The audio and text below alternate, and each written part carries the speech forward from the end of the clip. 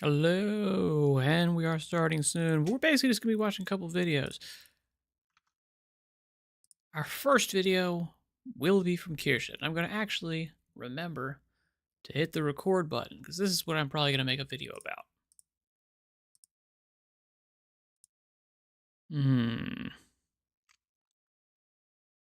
Let's see.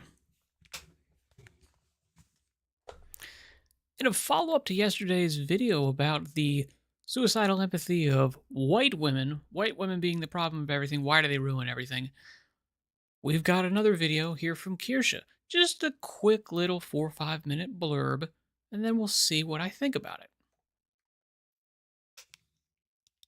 Mm.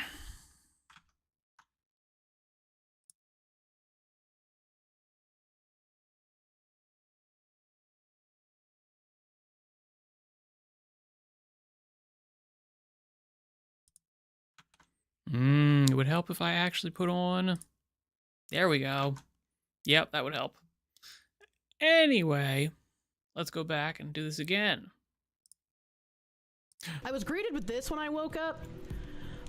Jill Simonillo said, "Dear at real Donald Trump, I've been carjacked in Chicago with my arm broken.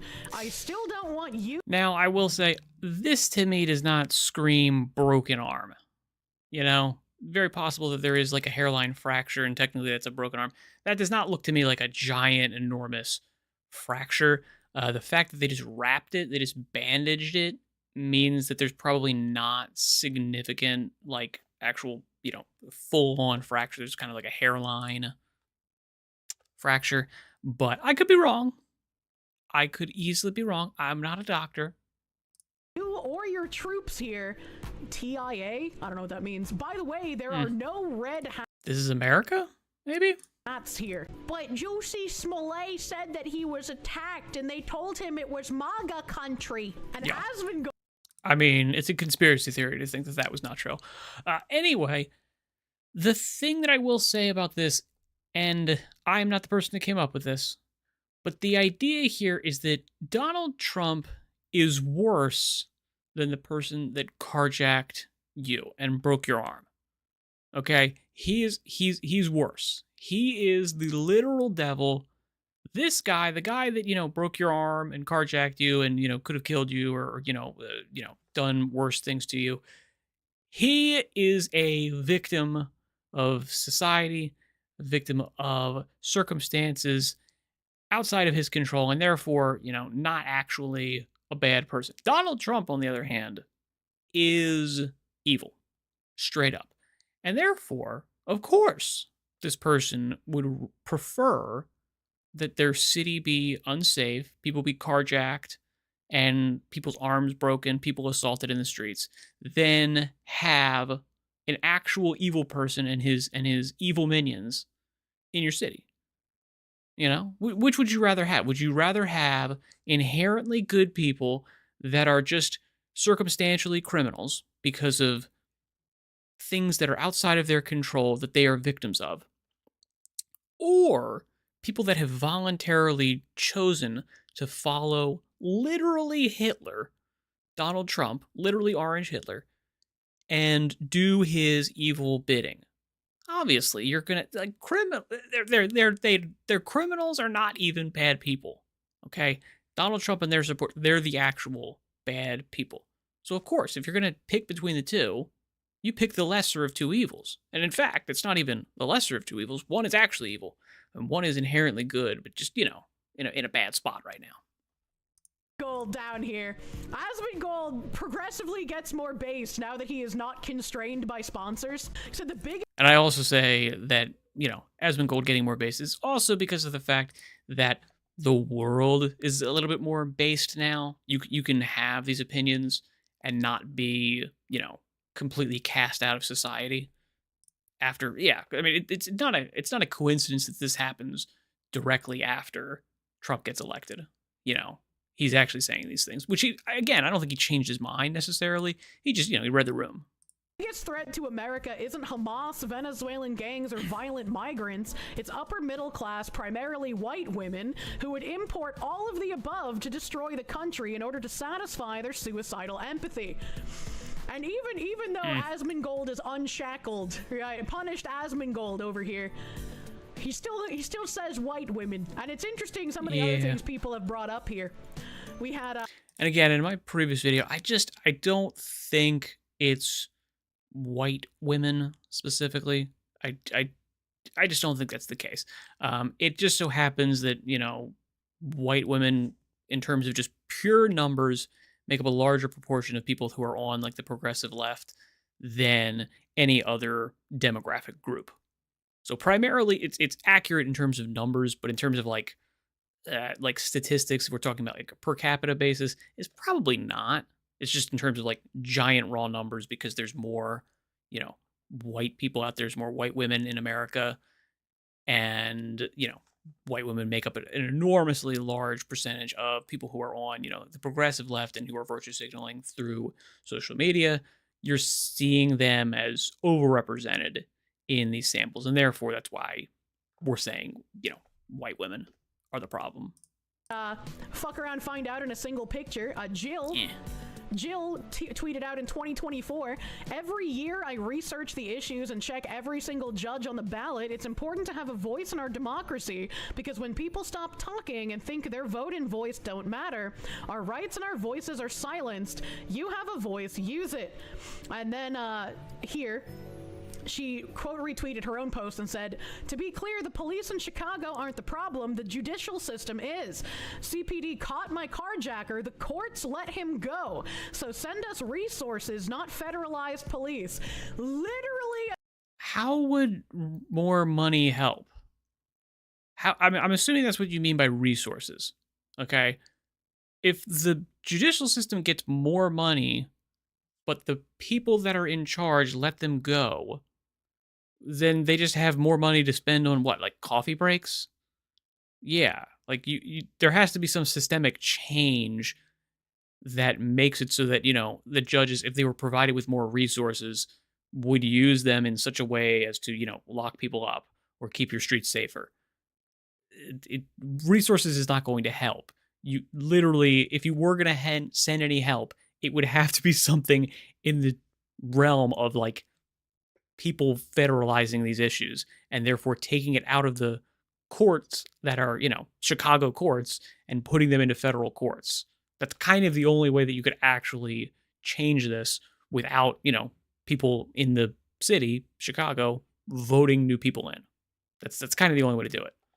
Or I suppose maybe if the, you know, if Trump like appointed an entire huge giant slew of new in Chicago, I don't know if he can actually even do that. I feel like super progressive people, and therefore you go, all right, we doubled the number of judges in Chicago, and therefore, you know, 50% of them are adhering to the old policy of like, you know, you just carjack, whatever, let them go, it's fine, it's no big deal.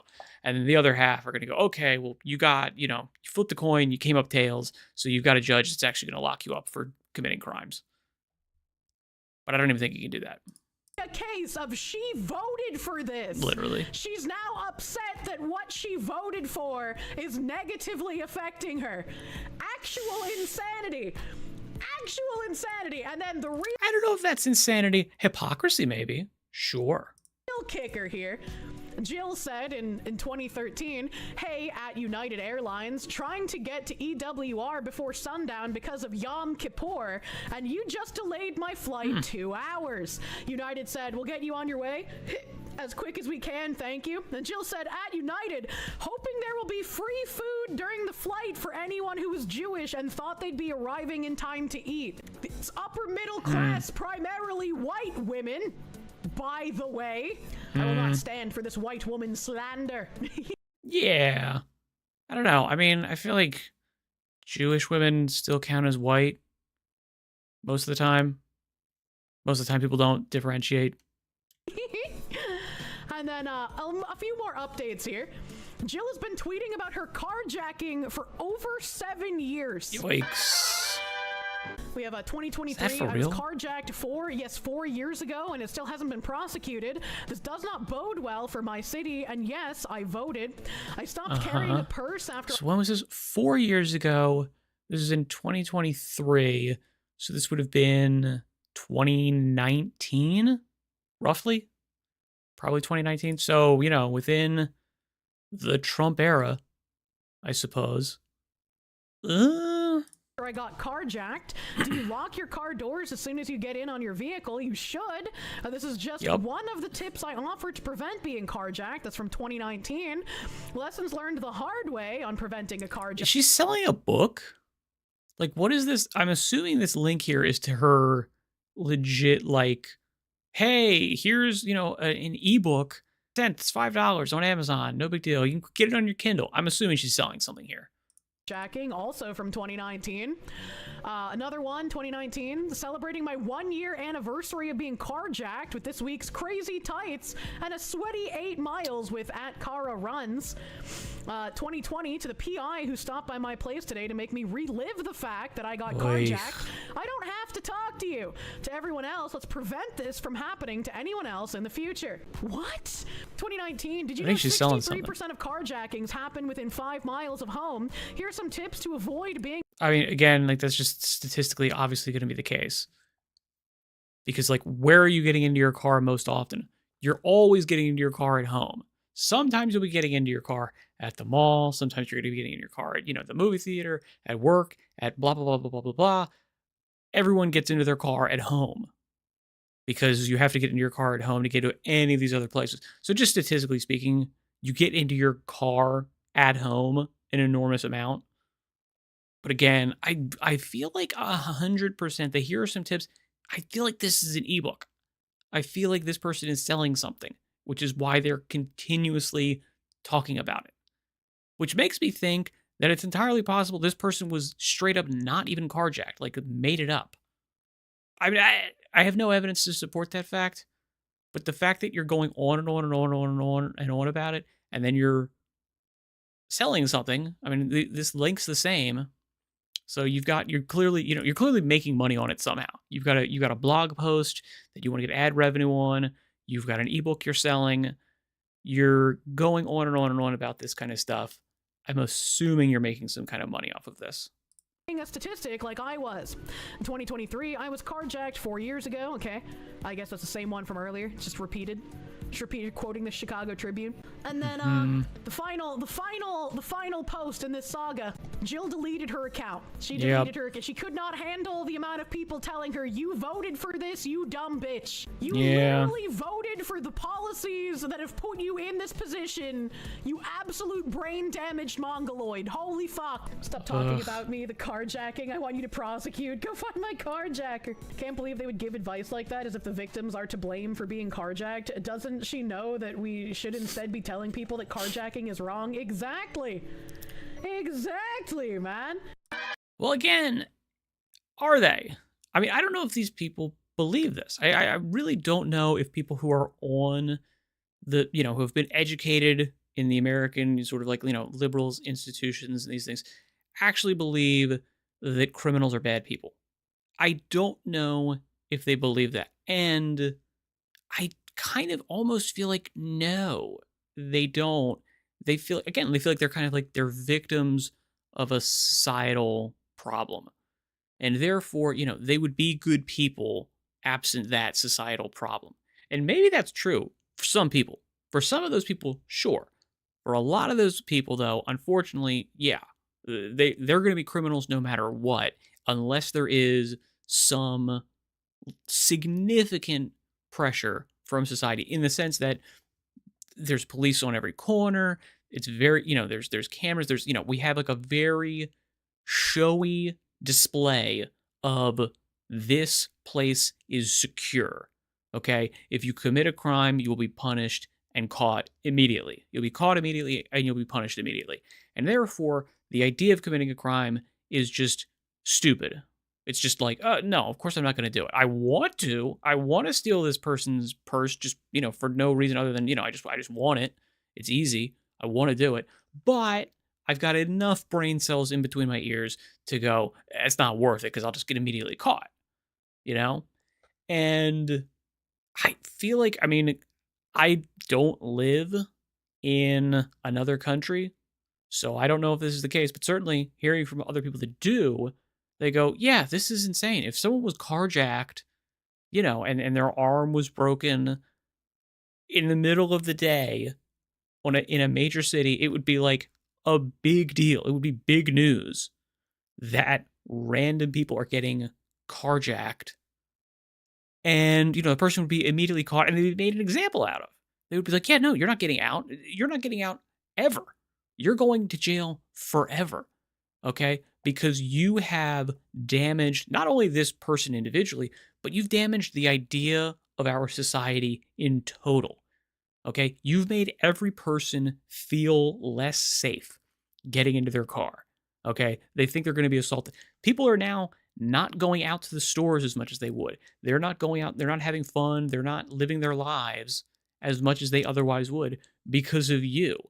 So therefore, not only are you getting the 5 years that are, sentenced for, you assaulting a person and stealing their car, you're getting like an extra 20, 30 years because we need to make an example out of you. And you've hurt untold numbers of other people, indirectly. And you need to be punished for that.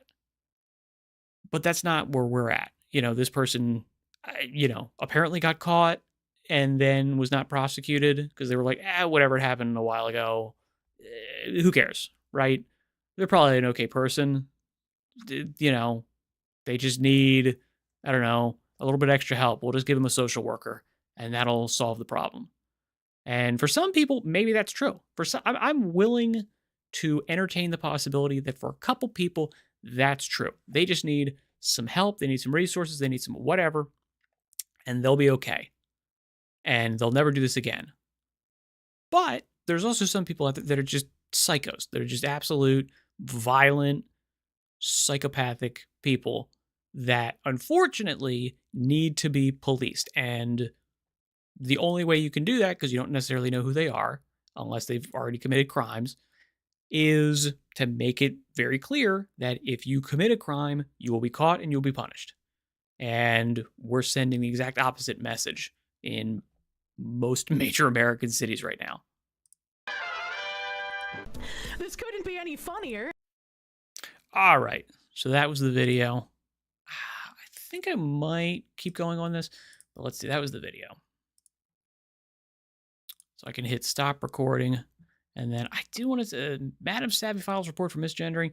How long is this? This is like 15 minutes. Okay, I'll watch it. I did not expect this. At Joe Bartosh, journalist, words in Telegraph. Imagine being a journalist. The Times, Unheard, Mail and More, assistant editor at The Critic, co-author of Pornocracy, is the one who called me a man multiple times, who I filed the UK police report on. Good.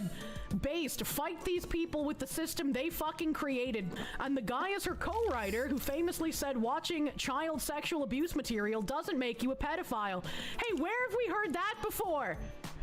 Where have we heard that before? I don't know, from the people who claim to have POCD.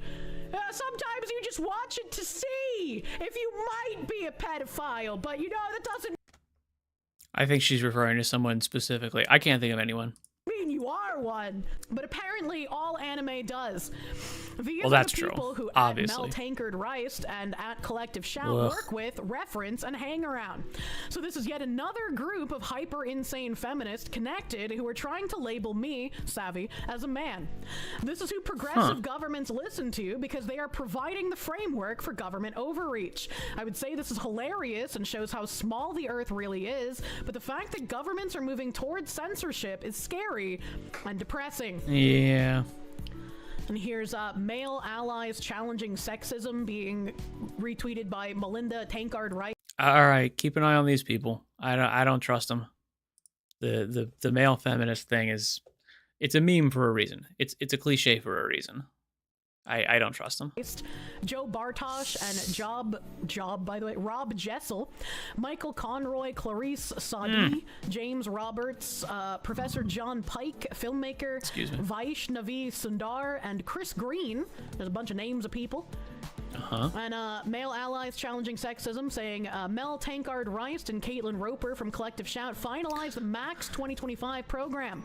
They'll talk about the TikTok to OnlyFans pipeline and AI/nudifying apps. 20% off expires at midnight. We're feeling very grateful to have you here.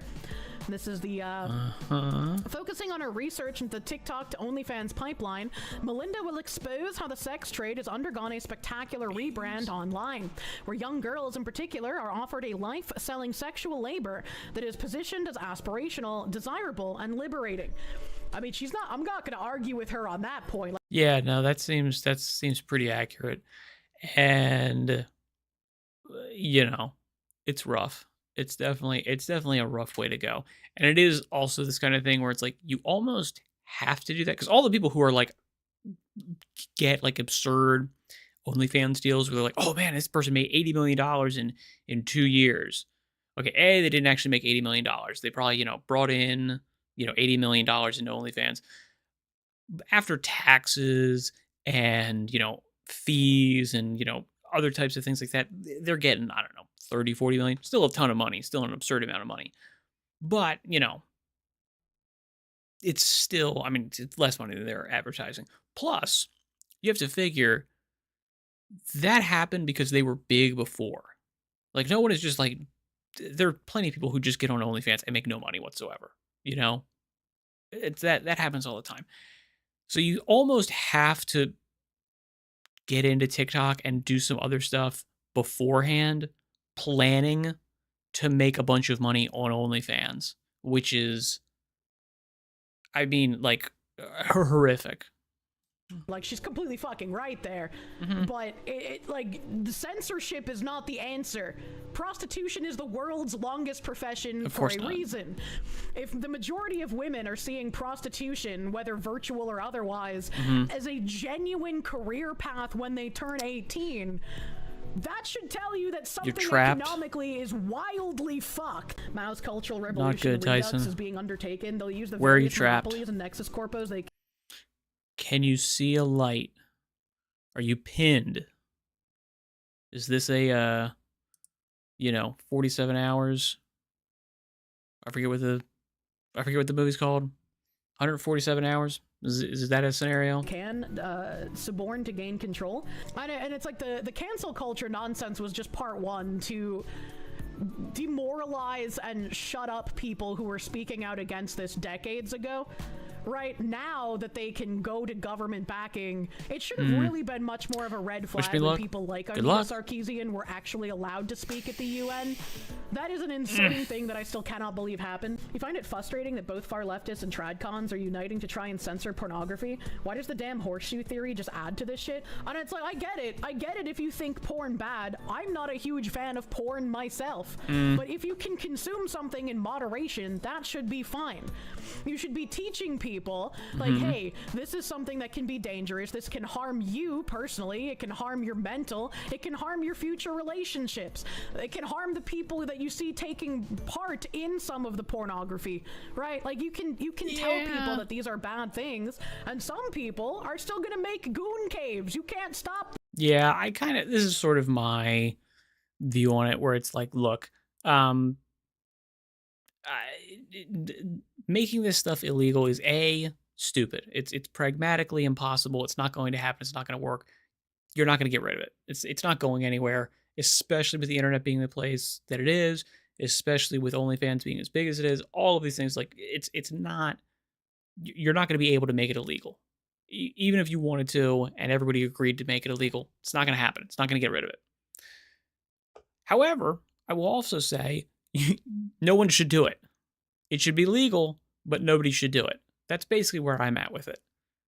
There's probably a couple strange, weird people that just have special brains that would not actually be negatively affected by this. I think the vast majority of people, male or female for that matter, who go into any of these sort of trades are going to be horribly mentally scarred by it for life. And also, probably like relationship wise, family wise, it's going to be lifelong detrimental bad for them. And therefore, all of those people should not be in it because it's, it's a net negative for them. However, I think there is some subsection, like, like 0.01% of the population who actually could do it and be fine and be like mentally like okay with it. I think they'd probably be very strange individuals, like on a personal basis, like if you were to go into them and talk to them and these sorts of things, I think they'd come off weird, but I don't think they'd be hurt by it. Those people should be able to do it and get tons of money and that kind of stuff. And, that should be that's their calling. That's how they're built. But everybody else really should not be doing that.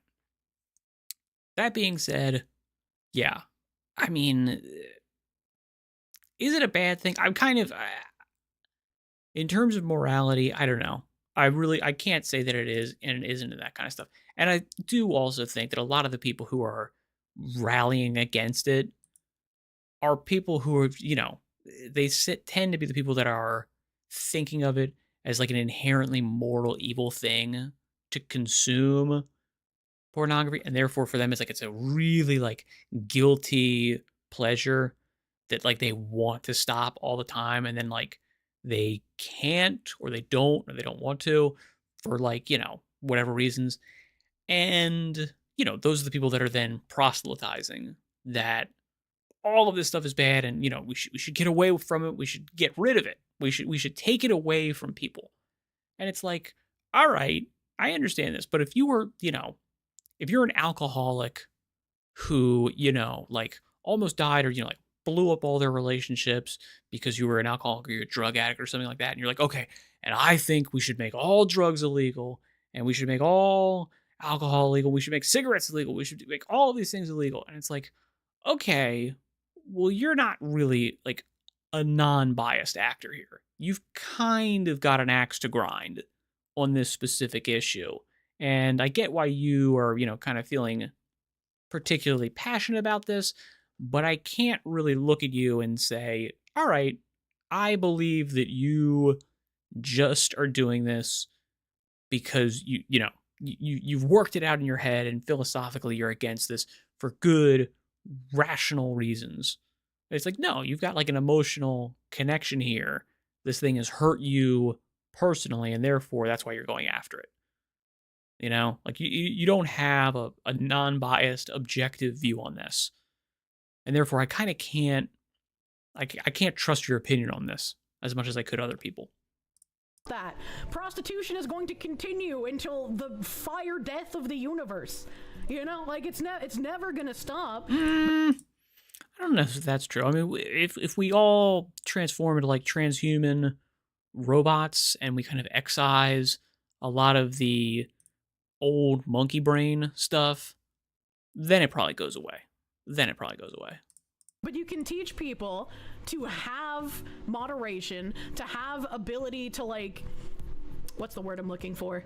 Like, not self-reflect, but self-maintain, I guess. Just have the awareness to not imbibe too much of something. The feminists keep blaming.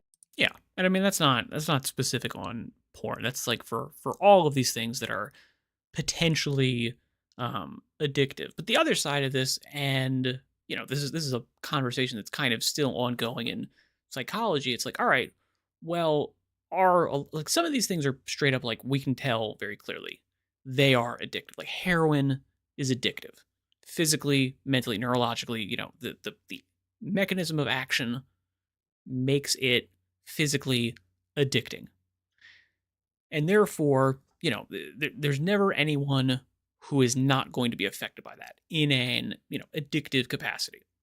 However, there's lots of other things out there that are not necessarily addictive, like in the same sense. However, they are sort of like habituating because they allow your brain to sort of like distract from a problem. And therefore, when you're having a problem, you'd go, oh, okay, I'll I'll smoking a cigarette's not a good example. People who are like, I'll do CBD. I have a little like anxiety pen. So whenever I have anxiety, I do my CBD pen, and that helps me do this kind of thing. Now that's not physically addictive in the same way that nicotine or whatever is. However, that is habituating. And you could easily get yourself in a position where it would be very, very, very, very, very difficult to stop that, and you'd be doing it all the time. Because now anything that gives you any kind of distress, boom, the first thing you do is you grab your anxiety pen. And you can put this to porn, to sex, to any of those types of things. And it's an ongoing discussion in psychology. I think right now it probably leans more towards, no, these things are actually addicting. We need to broaden our definition of addiction to include all of these things. But they are also, the flip side of that argument is, okay, you don't need to worry about the, addiction, the porn addiction, the sex addiction, the whatever. You don't need to worry about that if you fix whatever the problem is, whatever the main issue in that person's life is. They're unemployed, they're in a bad marriage, they're in a toxic relationship with their parents or something like that. If you fix that issue, the addictive behavior goes away by itself, because they're not, it's a crutch and they don't need it anymore because you fixed the limp. So they get rid of the crutch, you get rid of the limp, and it all self-resolves. But, it's like I said, it's an ongoing conversation of, which one of these things should be tackled first, which one of these things is the cause, which one is the symptom, and how much, they're interrelated and how much they're bound together. Blaming men for prostitution, never take responsibility for the decisions of women. No, men share responsibility in this. Like, who's buying the OnlyFans, man? It wouldn't be such a lucrative thing that women are thinking about as soon as I turn 18, let's open an OnlyFans, if there weren't legions of men waiting to buy it. So, like, yeah. And this is what I was talking about earlier, which is like, why is that the case? Is it because, men are just creeps just 100% of the time, and this is always the case? Certainly, look, porn has always been a large business. Men have always been willing to shell out some cash to see boobies. And I've got a bug here I want to try to grab. But it's not the case that they have been so enamored with, specific people or whatever, that they're willing to shed, the vast majority of their wealth. Like, hey, I'm going to sign over half of my paycheck or more to this OnlyFans model that I've been following on TikTok for a couple years, whatever. The reason they're willing to do that is because for them, like, that's the kind of behavior that you see in a relationship. Yeah, I've got a girlfriend. I hand over half of my money to her to, buy this, to go on dates, to do whatever. Yeah, that's normal. That's like, yeah, I'm married. Yeah, okay, half of my paycheck or more goes to paying for, her stuff. That's super normal, and you see that all the time. Now, you're not seeing that. You're seeing that, done with these OnlyFans models, because that's kind of the only relationship a lot of these men have. That's the closest thing they've got to it. And therefore, handing over half of your paycheck for the, impossible possibility that, what? They're actually going to just they're going to abandon this whole thing and they're going to focus on me. This is going to be my girlfriend. This is going to be my wife. This is going to be my thing. That's why these legions of men are willing to pay the amount of money that they are and that they exist, is because, we're in a weird spot in kind of gender dynamics where, a lot of men are not getting into relationships. And, it's the male loneliness issue. It's, all of these types of things. And certainly, she's correct in saying that, look, men are responsible for this too. That's true. But there are other factors. So it's not necessarily, and again, there's also aspects of, hey, why are women doing this at higher rates? Why is there not, as much societal pressure on women to stay like pure in old traditional terms, to be kind of uh virginal. It's not a great word, but yeah, like to stay sort of pure chaste. That's the word I was looking for. To stay looking and acting in a chaste manner. That pressure has gone as well, which is why a lot of these people are now, a lot of these women are now looking at this as a much more viable option. Like if this had been, again, 50, 60 years ago, even if the money was there and was the same, there would have been a lot more women who were just like, no, no, no, no, stop. There's no way I would ever do this, because that's the sort of that's the cultural programming they grew up in.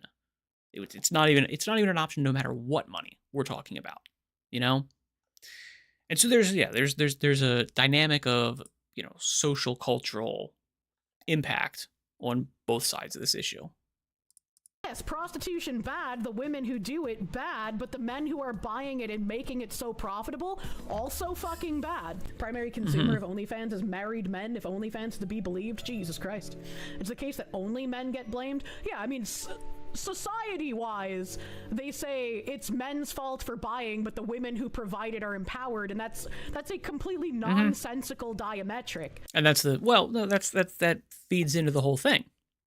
That feeds into the whole issue of why these women are looking at it as a viable option, is because not only are you making money, but also you're kind of held up as you're being a savvy businesswoman, as opposed to you're being a wanton harlot. You're lauded for this behavior as opposed to shamed for it. And that feeds into getting more people into it. Because if there's no aspect of it that looks negative and all you're seeing are positives, well, of course, more people are going to gravitate towards that kind of behavior, even though there are negatives down the line, just that they're not publicized as much. If you're going to blame the men for ruining society by buying the OnlyFans, logic would dictate that the women who are supplying it are also responsible for that degradation. It's like you can't have one being empowering and the other not be. What you're saying is society shouldn't glorify the suppliers? Oh, absolutely. It's weird that they're glorified. This is Robert Jessel saying, you'd be surprised in the search for the new, porn makes straight men go for gay stuff. All you fucking Fuda lovers, you degenerate pieces of shit! Oh, man. From gay to trans, and then sissy hypno and BDSM. I think he's got some stuff backwards here. Usually it's like BDSM first, and then sissy hypno and like Fuda stuff. And then the men are like, why don't I just become the woman? Chapter 2 of our forthcoming I think book that's probably more accurate, yeah. About this, watching child Jesus Christ, sexual fucking abuse. bug. I want to kill this bug so bad. I want to kill this bug so bad. Oh my god, you're coming right for me. I'm going to like knock stuff over. Oh, I think I got it. I'm gonna. Oh, I want it so bad. I can taste it. I'm gonna get it. I'm gonna get it so bad. This is why I didn't want all the windows open, because I knew they were gonna gravitate here. I'm going to kill this bug. It's just a little fruit fly, but it's pissing me off so bad. I'm going to kill it. I know this is not what is advertised on the thumbnail, but this is what we're doing now. This is a bug killing stream. All right, I'm gonna take it out.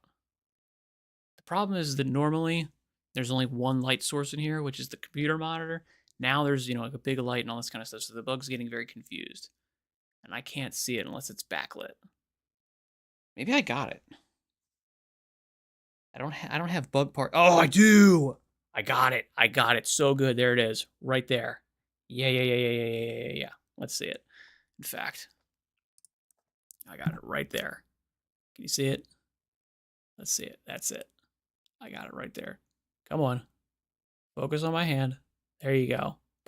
There it is. I got it. Got it. Good. All right.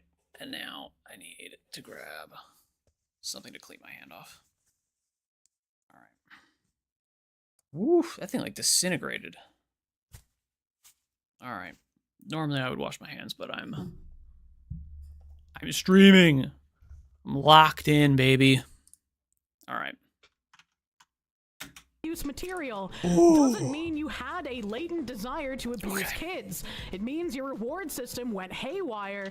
Same for violent/degrading pornography. What?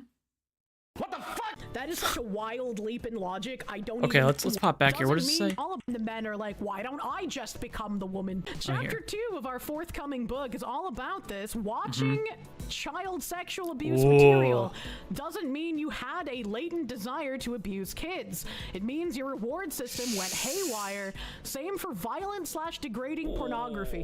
What? No.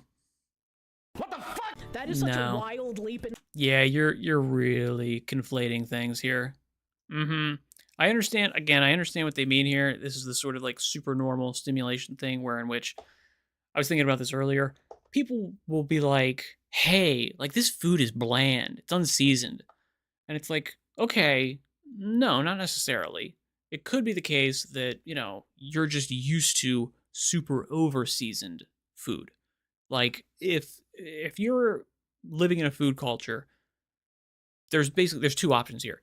You can season, and when I say season, I mean salt.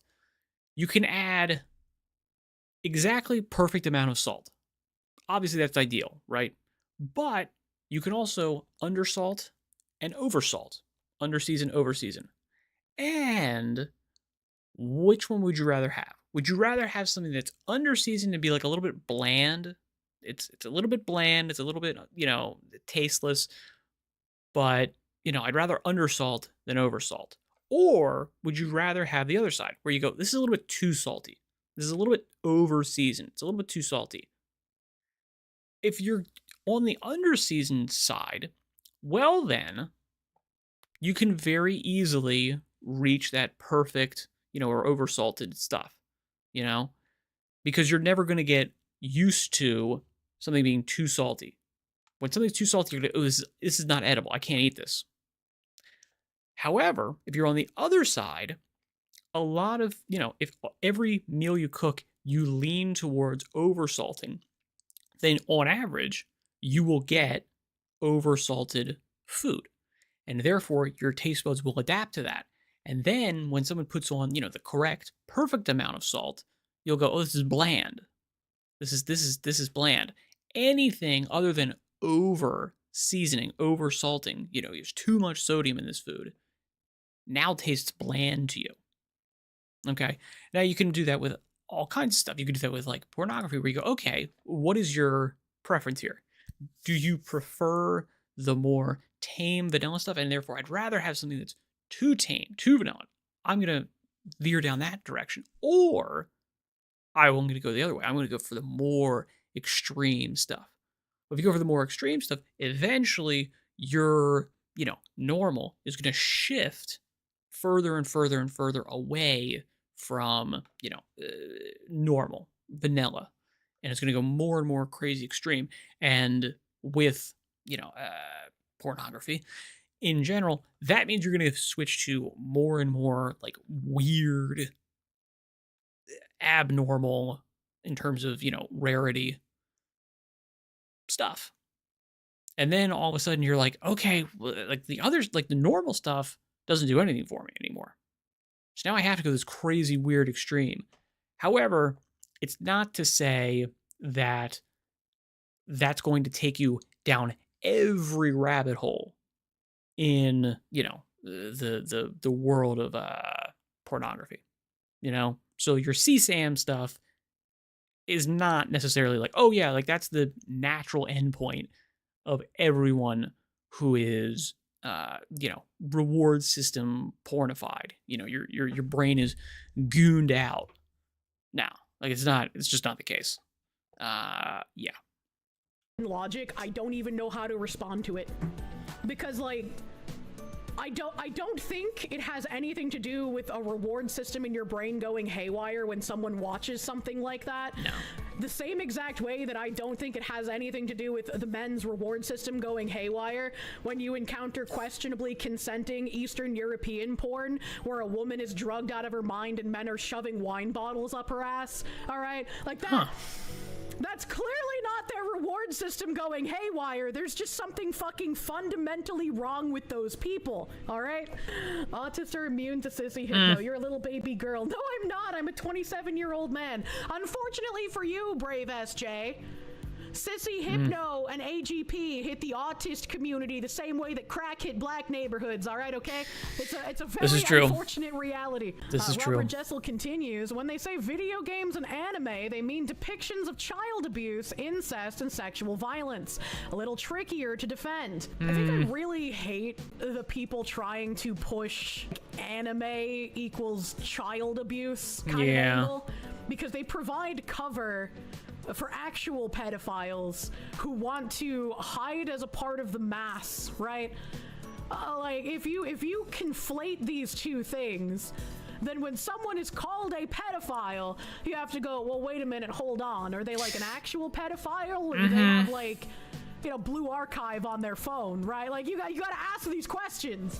And that's unfortunate because that's a word that should carry fucking weight to it. Yeah, like, in the same way that, like, you know, fascist should. But now it's just like, okay. Anything, you know, to the right of Chairman Mao is like, you're a fascist. And again, it's like, you know, you've done this, I don't know if I would say, like, on purpose. Like, to destroy the meaning of these words. I don't know if you did this on purpose. I think you did this because it's like, you know, it's an effective tactic until it's not.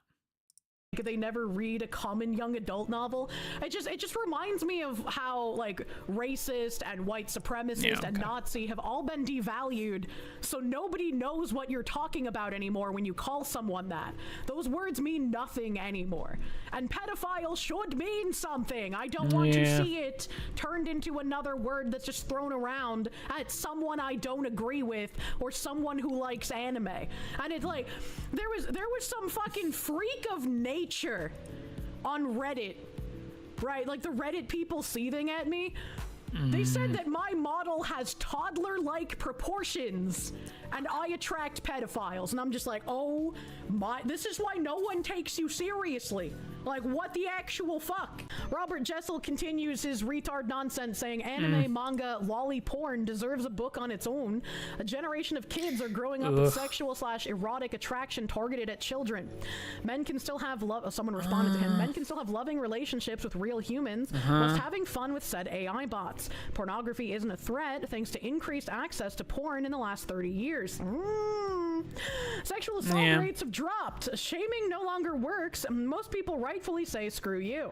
Robert Jessel replied, why would you want to have fun with a bot when you're in a loving relationship? Why go out for dog shit when you've got steak at home? I got to agree with that guy with that statement, unfortunately. Right, like if I'm in a committed relationship and I find out my guy is like having a sexual relationship with an AI bot, I'd be like, do I have to chain you up and milk you harder? What the fuck is this? Like, why are you talking sexually to the AI bot instead of me? That's fucking weird. You love the response. Yeah, Savvy. Yeah, I mean, I can understand that. Although, I mean, yeah, like this specific example, I probably agree. But then there's another side of this where it's just like women do tend to be very jealous about anything that's like any kind of emotional intimacy with someone other than their, you know, their soulmate, their partner. Yeah, they're kind. I mean, again, look, you're hardwired to certain behaviors and feelings in these types of things for sure. That's the case. But it is, you know, it sets off alarm bells for some guys because, you know, they've been in relationships with like really clingy women, and it's like anytime you know, laugh or share a joke with like a female coworker who you're not interested in at all, but doesn't matter, you know, or even just like, you know, you're spending time with, you know, your buddies or something like that, and, you know, you're talking about stuff that you don't talk about with, you know, your wife, your girlfriend, whatever. There is a sort of like undercurrent of like, oh, why are you doing that with them? Why wouldn't you do that with me? And it's like, well, because I want, like, I want to do it with them. You weren't there, whatever, you know? And it does set off alarm bells for some people. Not for me. You know, I get it.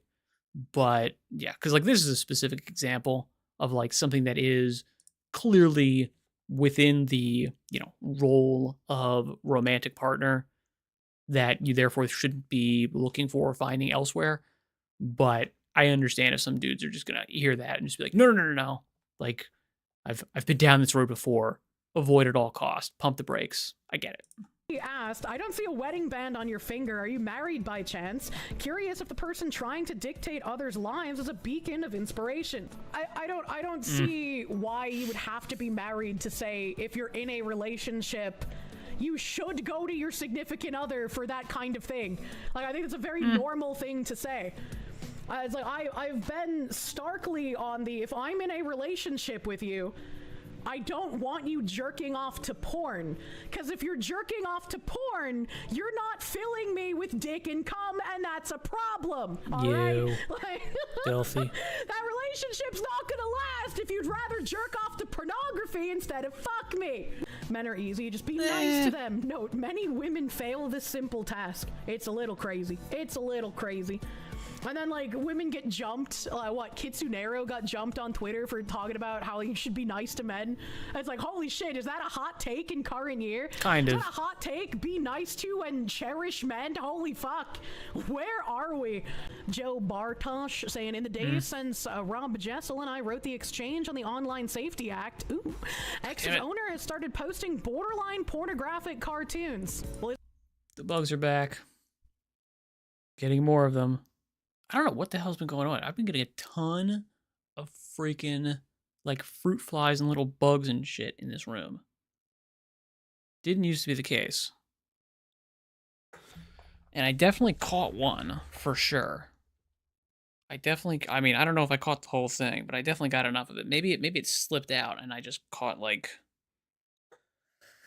Yeah, I just basically got, like, the spores off of it. Whatever we're gonna call that. Like the stuff when you hit a moth and like it leaves like a big clear like imprint on the wall. Maybe I just got that. But I feel like I might, no, maybe not.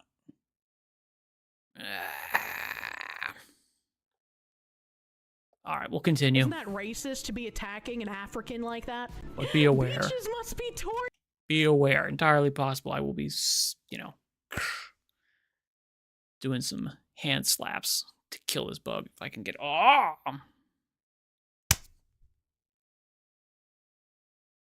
Oh, I'm gonna get it. I'm gonna get it. There is no doubt in my mind. It's mine. I've already gotten one. For you. I'm gonna get it. Porn-addled misogynist bloke says what? I agree with Savvy. She's posted it a couple of times how it's crazy that whenever these women get challenged, they immediately accuse whoever is going against them of being a man. And it's like, no, you fucking dried up cunt. It's not just men that are against you censoring everything. That's crazy. I'm a woman, you fucking retard. Nah, male. It was fun, but I've now muted the porn-addled American slur for trans people who apparently thinks the phrase "nah mate" is a hate crime. Oh, I said "nah mate," not "nah male." Is a hate crime in the UK. Christ, these people are dumb. I hope this woman suffers at the hands of the system she has helped create. I hope Savvy reporting this woman for misgendering to the police gets her in some fucking hot water. They fine people in the UK for misgendering, man. So again, I hope this woman faces the repercussions because she has created this system. Do you believe Savvy reported that thing to the UK? Yeah, she reported that woman thing to the UK police. So I hope it'll be interesting to see what happens. Zenik, thank you for the czar. Something you noticed with Savvy, she uses shitlib bad logic fallacies against people she doesn't like. You support her work, but you would keep her at arm's length. I don't know what you mean by that. I don't know what you mean by that, but I definitely agree with the you live by the sword, you die by the sword, right? So I don't see her reporting this woman for misgendering as her using shitlib tactics. I see it as her using the system these people created against them. Because they created this system to oppress the people that they do not like and that they do not agree with, and they never expected to have their rules turned on themselves. She basically takes the gun and points it back at you. Yeah, exactly. Exactly. And it's like, that's the same exact thing that, like, people were trying to cry about, where, like, they were saying, oh, it's cancel culture that Anna Valenz is losing a sponsorship, and it's like, no, it's not. Anna literally spent months trying to get me deplatformed and my sponsors to drop me. Them suffering those consequences is them suffering under the system that they thought that they would use to their advantage. It's like, I feel no sympathy for people who reap what they have sown. If you don't fight back with the same fervor as the ideologues, they will beat you with experience. Yeah. For too long have people tried to take the high road and been like, oh, well, you know, we can't be exactly like them. Fuck that. Get in those fucking trenches and turn these systems of oppression they have created back on them. I don't know if I agree with that, but I understand the, in one sense, it's like, hey, look, you got to fight the war where it's being fought, with the weapons that it's being fought with, unfortunately. And if that means that, the things that you're using are, inhumane and horrific, unfortunately, if it's a fight worth fighting, you're going to have to do it. You're going to have to get your hands dirty. But, sometimes there's other options that are perhaps better. I'm still trying to kill this freaking bug. Still trying to kill this bug. Unfortunately, I got a lot of stuff in front of me right now that I can easily, like, knock over and shit, and I'm not trying to do that. All right, so let's see. This other one here. Winston Marshall. Mumford & Sons? This is the guy from Mumford & Sons? Stalin, the devil that won't die, and why the West fell in love with communism. I actually do kind of want to look at this a little bit. Because I think we are just going to be doing videos it's the today. Issue of socialism, the idea that never seems to disappear. The Fabian Society. Let me actually put a little message in chat here. I'm trying to kill this bug. See me spazzing out. I'm trying to kill a bug in my room. All right. Society was founded for So I'm the absolutely express trying to kill this purpose of freaking bug, converting dude. the UK into gonna- a I'm socialist gonna nation. get You know it. what their mascot was? Hmm? It was a No way. Oh my god. There was a explicitly Marxist undercurrent to left-wing thought in Great Britain. After we know all of the different experiments of socialism, we can Whoa, see whoa, whoa, whoa, whoa, whoa. I'm going to interrupt you. Yeah, go on. Mhm. What are you implying that they don't know? Horrors that happened in the Soviet Union. We all knew, and we all knew from the beginning. We knew about the camps, we knew about the censorship, we knew about the secret police, we knew about the torture by Mao, Stalin, Pol Pot. It wasn't just evil, it was cruel. There was the secret speech, the so-called secret speech. This is something that is kind of not discussed as much in the West. So that was a big turning point. During the war, it was heavily censored. We worked together to make sure Russia was presented the best possible light. Kind of almost wrong to think about this as a sort of post-World War II consensus thing. It's not that at all. It's something deeper. Can this idea ever go away? Here's the answer. He's gotten a lot of mileage out of that. Before you hear from Picture. Michael Malice, I ask if you want to support this show. All you have to do is press subscribe. If you do that, we can have more phenomenal guests like Michael Malice exploring where No. he takes some of your questions. That's questions from our Substack.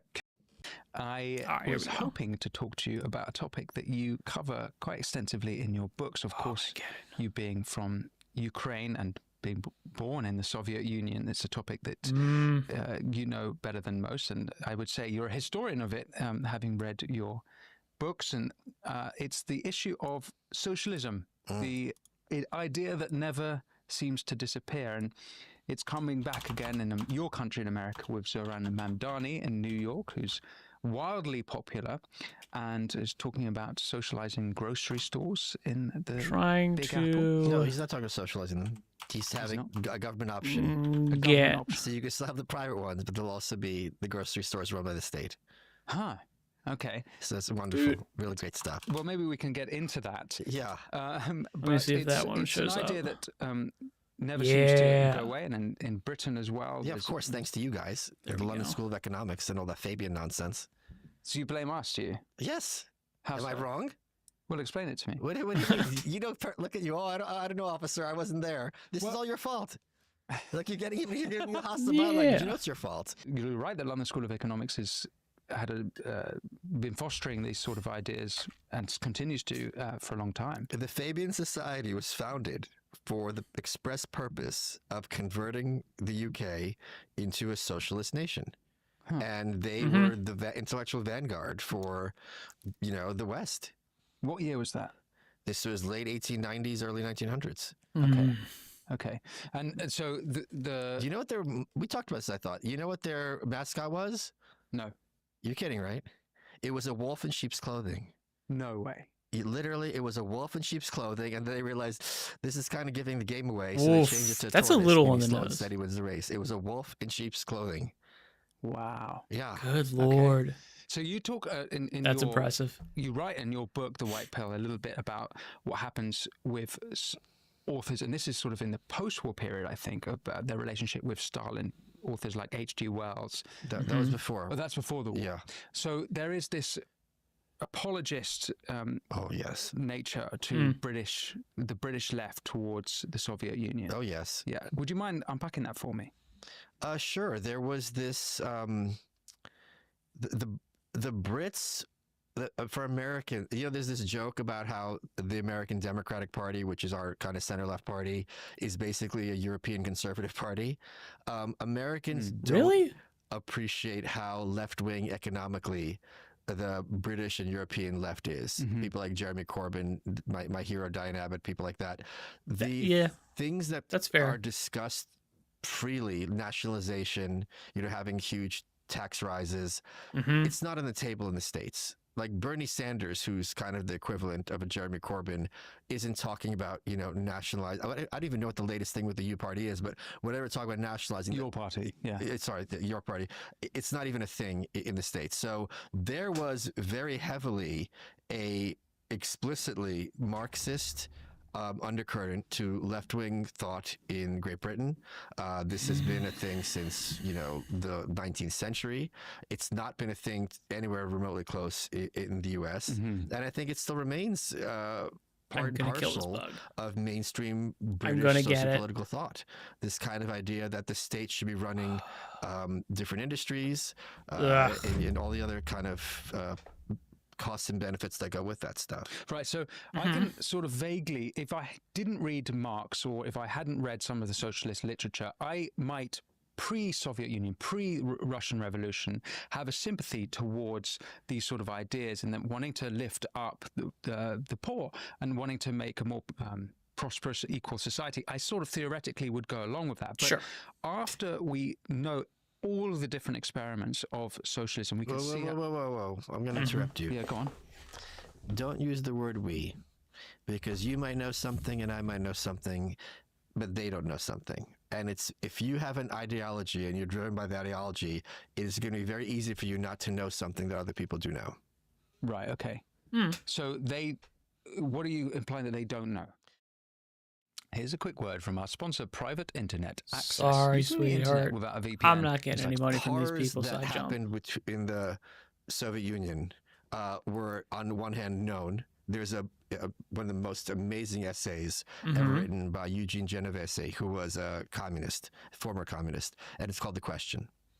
And to paraphrase it, he goes, everywhere I went, whenever I gave a talk, I was always worried about the question.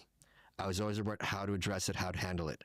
And the question never came. But the question we all grappled with is, what did you know and when did you know it? And here's the answer. We all knew, and we That's all a knew good from one. the beginning. We knew about the camps. We knew about the censorship. We knew about the secret police. We knew about the torture. We knew about the expropriation. We knew about the mass deportations of various nationalities. And we had all sorts of mental gymnastics to work our way around it. Look at America, look at the Klan, look at racism, look at homelessness. But at the end of the day, none of those things compared in terms of the tallies No, that were they didn't. by Mao, Stalin, Pol Pot. So I mean, yeah, still the the GOATs, really. Greatest of all time. Not even close. No one's going to touch those numbers for a while. Anyone, I would encourage, left, right, center, go read this essay. And it speaks to the willingness of, I think they have the term here, champagne socialists. Yes. Of people who, there's a guy named Rob Henderson who's an author in the States, and he talks about something called luxury beliefs, where it's something where I can present myself as educated or smart or ethical, but I'm not paying the price because it's a luxury for me. Mm-hmm. So this kind of valorization of the Soviet Union is what Eugene Lyons, also former communist, called the guinea pig theory of history, where it's like, look at them animals squeal, but at least we're finding information about whether communists work. And, if the Russian people pay the price, so much the better. Yeah, so that was kind of the mindset for a lot of the European and UK left. And Emma Goldman, who's on the cover of The White Pill, who was an anarchist and as far left as you get, and they called her Red Emma in the US. She was deported to the Soviet Union from the United States. What? Really? Yeah, so they had something called, Teddy Roosevelt became president because his predecessor, William McKinley, was assassinated by an anarchist. So they passed a law where if you're an anarchist or radical, you can be deported, get the F out. So there was something called the Red Arc. Jeez, that's kind of...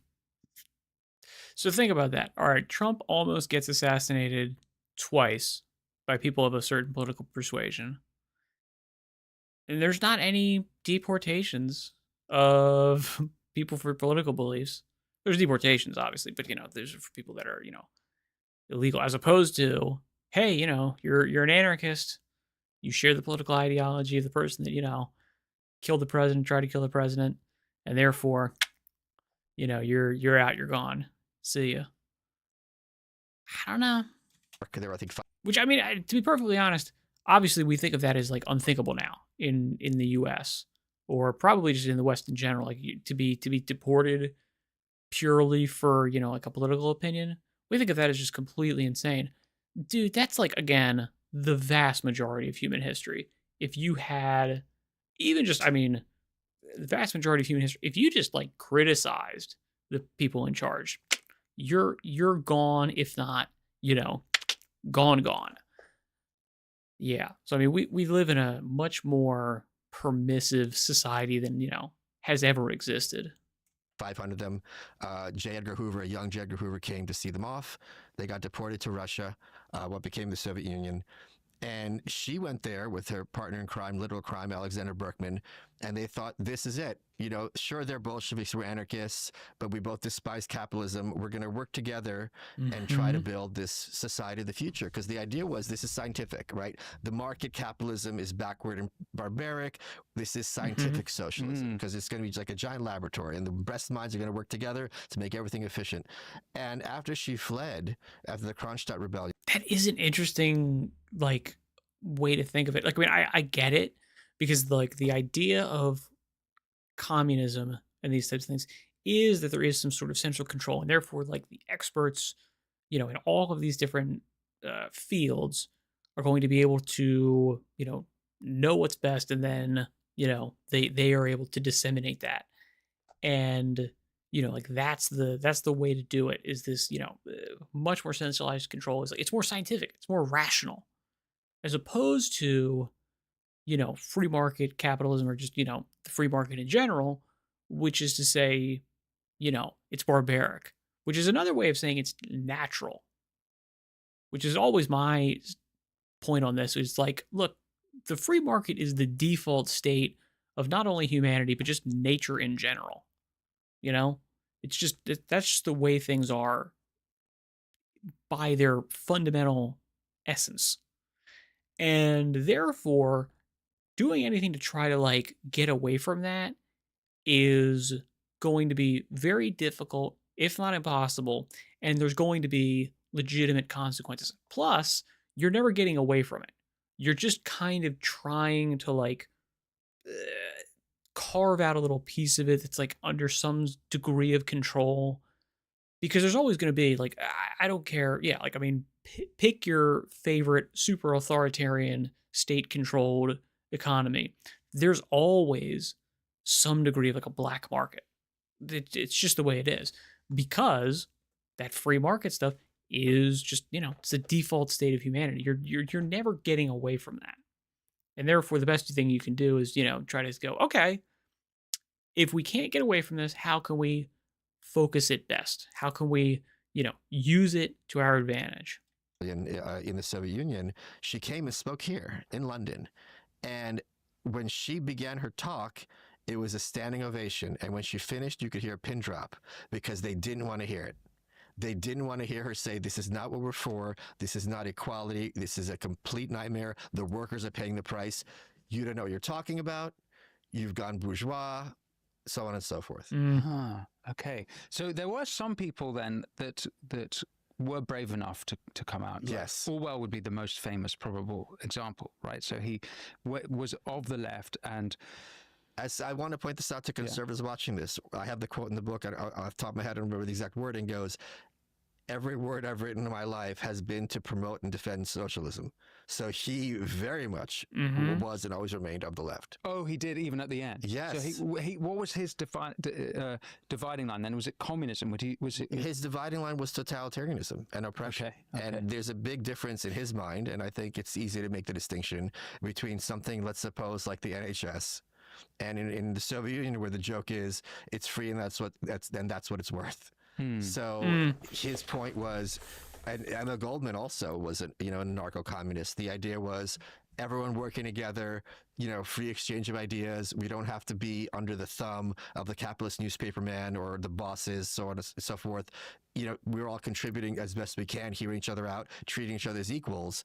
I mean, the idea there was any element of equality in the Soviet Union other than equal oppression, perhaps, is kind of laughable. And he would define himself as a democratic socialist. So that was key. If you lose the democracy I don't know if he was in democracy, but just the idea of, I would say, probably a libertarian socialist, he would call him. Libertarian socialist. That's interesting. You'd almost think of that as like an oxymoron. Can't have them together. That almost feels like an oxymoron. Yeah, there you go. Libertarianism was originally a socialist concept. Can you explain it to me? It was just this idea that capitalism, because it's not really that hard to understand. Understand in retrospect, because think about it. You have people crossing over to the United States, these immigrants. Okay. They're working 14-hour days. They're living 20 people to a room, and their kids are starving. And their point is, I'm doing the work. Like, I actually have a job. I'm working these crazy hours. I have no time to myself or to rest. Surely for that, I should be able to put food on the table. And I don't think that's that crazy of a proposition. So the argument was, all right, without capitalist concentration, which is they foresaw as the problem, and the distribution of the means of production, then we'll all be able to work less and put food on the table and live more harmoniously. Although double check me in Orwell how he identified, because I'm not an Orwellian, but if it was democratic socialist, because democratic socialist today is not, I think, how he would see himself. No. Right. Okay. No, So that is a modern term. But I guess his point is that, like, he would be a socialist where there's some degree of non-totalitarian, non-super authoritarian rule. Or maybe, authoritarian, but not to the point of totalitarianism. So, like, I don't know, like a monarchist socialist, something like that, maybe? I don't know. Muggeridge, who I've read a little bit. Oh, yes. Someone who was a Guardian journalist. He went over to the Soviet Union. He wrote about it. He wrote a novel about it. Winter in Moscow. It's very hard to find. Recently reprinted. He was someone who did have the courage to come out. And Gareth Jones.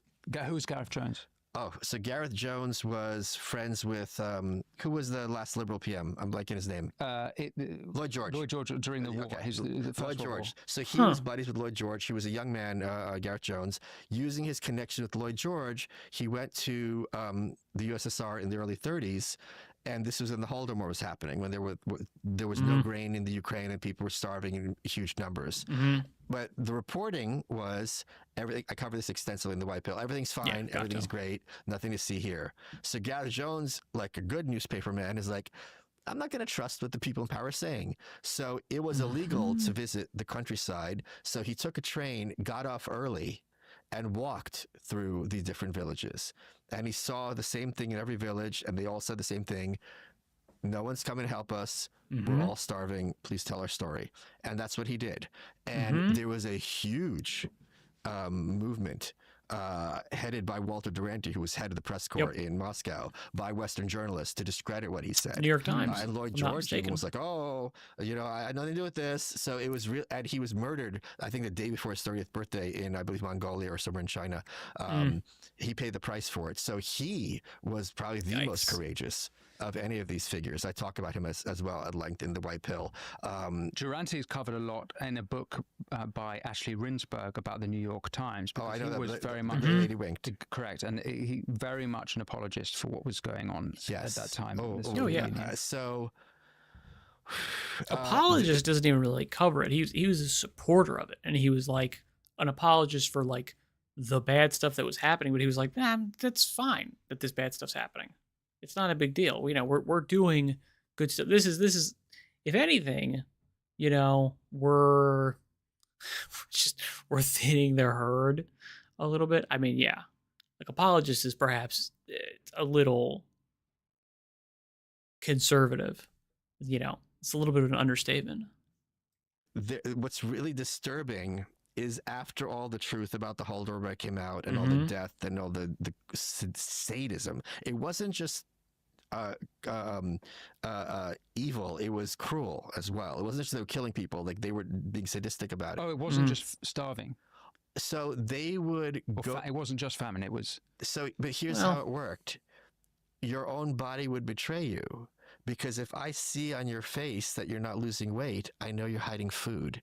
So that means I come to your house in the middle of the night, and if I see a pot with a boot in it that you're boiling for food, what they would do is not only would they spill out the soup on the floor, they would also break the pot to make sure you're not breaking the law. So this was starvation by design. And it was just completely, you know, swept on the rug. So so years later, Duranty admitted, you know, oops, you know, I got it wrong. He wrote to Sulzberger, who was the head of the New York Times, and goes, "Hey, you know, I've been out of work." And the guy gave him a check for like 6 months' salary, something crazy like that. I've got the figures in The White Pill. But you would think that this guy who brought so much disrepute to the New York Times with covering up one of the biggest stories of the 20th century, an actual genocide, although there's debate whether it's a genocide or not, you would think, dude, I think it's, you know, I think it probably does meet the definition, the Holodomor. I think it probably does. Well, you've given us a black guy in perpetuity. Like, we cannot be nope, here you go. Thanks for the hard work. Yeah, quite astonishing. Having been brought up, and I guess I just got to make one more point. Please. If the New York Times had the slightest bit of decency, they wouldn't be running given this history, they wouldn't be running op-eds in recent years, such as why women had better sex under socialism. And by socialism, they meant communism. And if you're dealing with the population when women had to use their bodies to try to get some food for them and their kids, one would hope that a headline like that would be treated with the same amount of, you know, care as someone being misgendered. What year did they publish that article? Was that recently? 2018? 17. I don't remember exactly, but certainly fairly recent. So you're suggesting that whatever's going on in the New York Times, they completely... That was really close. It was 2018. It was a year off, just off the top of his head. That's pretty good. They've either forgotten intentionally or otherwise their history when it comes to misreporting on socialism. No, what I'm saying explicitly is they don't care. There's no semblance of guilt or shame. These people have no remorse. When you were, I know you left very young from Ukraine. Sure. But within your family, is the history of what happened in the 30s, was that told to you? Like, how do Ukrainians talk about that period of their history? How do they remember it?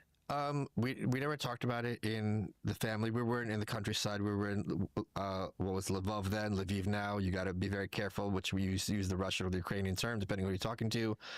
So it was much more a countryside thing than it was a city thing. I mean, my grandmother did have issues with food with my dad and with me my whole life. Part of me thought it was a result of this, and my mom pointed out that her mom didn't have these issues. So, who knows how much of it's cultural, historical, or personal? So I can't speak on that. But there was just this sense of like, what are we doing here? Like, there's just a very limited amount of opportunity. Then, and that was one of the reasons that they, when they had me, they're like, we're out of here. Right. And that was in the 80s. Late 70s. Late 70s. Okay. This is interesting because I've got another one here. I got an article in here. Visit your ancestral homeland. So this guy goes, he's Italian American, grew up in America and I think New York City. And basically, this whole article, I'll read this article, but essentially the, Cliff Notes version here is that the lore of, why his family left Italy, southern Italy, and came to America was because, there's not any economic opportunity. And again, Cliff Notes, TLDR, basically his great aunt says, no, that's not the case. It was fine. It's always been a good place to live. Now, obviously, she stuck around, and therefore, you don't know. She could just have, good memories of the place. But, this is the kind of thing with this. Then, and that was one of the reasons that they hey, they left because there's no opportunity here. That's entirely possible. It's entirely possible that, his parents, this type of thing, did not see a way out. Like a lot of people in America now are looking to move overseas. They're looking to move to another country because they don't necessarily see a way out. Now, for a lot of people, and in 20, 30 years, it might be that the people who stay here are like, yeah, no, this has always been great. This has always been a good place to live because the bad times kind of fade unless you're still living in them. And even if you are still living in them, unless they've gotten worse every year and you could feel them getting worse, if they just stayed bad, you get used to it. You get used to badness pretty easily. All right. Last year I honeymooned in Rome, which was a long day trip from the tiny 2,500-year-old village in the Campania region of Italy that my maternal grandparents left in the 1910s. Of course I had to go. It was surely my only chance to see where that side of my family had come from. It is a very American thing to travel to ancestral hometowns, especially if your ancestors were fleeing poverty or political repression. Perhaps, more than ever, as America grows less sure of its exceptionalism, we want to be reminded that we are lucky to have grown up in the glittering new world than the tarnished old one. Now again, I don't think it's less sure of its exceptionalism. It's that, a lot of the exceptionalism has been kind of bled out. But not so much that it's still not really probably the best country in the world. Yeah. Part of that is just, due to sort of its position as the most powerful country in the world still. It's, it's the hegemon. And, that carries a lot of weight, in all honesty. But the best sort of travel is that which confounds our expectations rather than confirms our prejudices. And that's what I experienced on a drizzly day in Fragneto Monforte, population 1700. Known for a relic of the 3rd century martyr Saint Faustina, for an ancient and revered tiglio tree in the town square, and, go figure, for a hot air balloon festival that started sometime around the turn of this century. I had only heard fleeting references to this speck of a town throughout my childhood, and the stories always drove home how backward, stultifying, and impoverished the place was, even for notoriously poor southern Italy. My mother and her siblings rehearsed a particular narrative about why their parents had emigrated. It was persuasive, if uncheckable, even before my grandparents died in the 1980s. They didn't speak English, I didn't speak Italian. The story went like this. There was no future in Italy back then, especially for peasants like my ancestors. Everyone who could leave did. Incredibly, my wife had tracked down a relative of mine via Facebook groups and Google Translate. Part of me worried that we were being scammed. I've seen the 2nd season of White Lotus, where Italian Americans seeking to connect to their roots in the old country are suckered on multiple levels. We took a surprisingly efficient and well-appointed high-speed train from Rome to nearby Benevento. Post-Mussolini, it seems, the trains still run on time. You ask Italians about that they're not necessarily all going to agree. And then a cab to Fragneto Monforte, where Pasqualino, my previously unknown second cousin, met us. He was a tall, strapping 50-something construction engineer. He met us with his wife and daughter, who was training in Rome to become a doctor. With his daughter translating, he explained that he was the grandson of my grandmother's sister, and his own mother was still alive at 93. They gave us the grand tour, which took less than an hour, showing us, oh my god, this fucking bug. Like, oh my god, kill it. I'm gonna kill this fucking bug. I'm gonna kill this bug so bad. Oh, I want to kill this bug. All right. I searched my grandfather's initials in the bricks surrounding the Tigliotti. Family lore had it that he'd scratched them in before he left for America as a teenager. The bricks probably would be replaced, though. I was eager to see Pasqualino's mother, Anna, a cousin my mother had never known or spoken of before dying in 1999. She was spry for a nonagenarian, and though she spoke no English, her gestures, expressions, and sounds instantly reminded me of my mother and grandmother. She lived in a beautiful house that had been in the family for generations.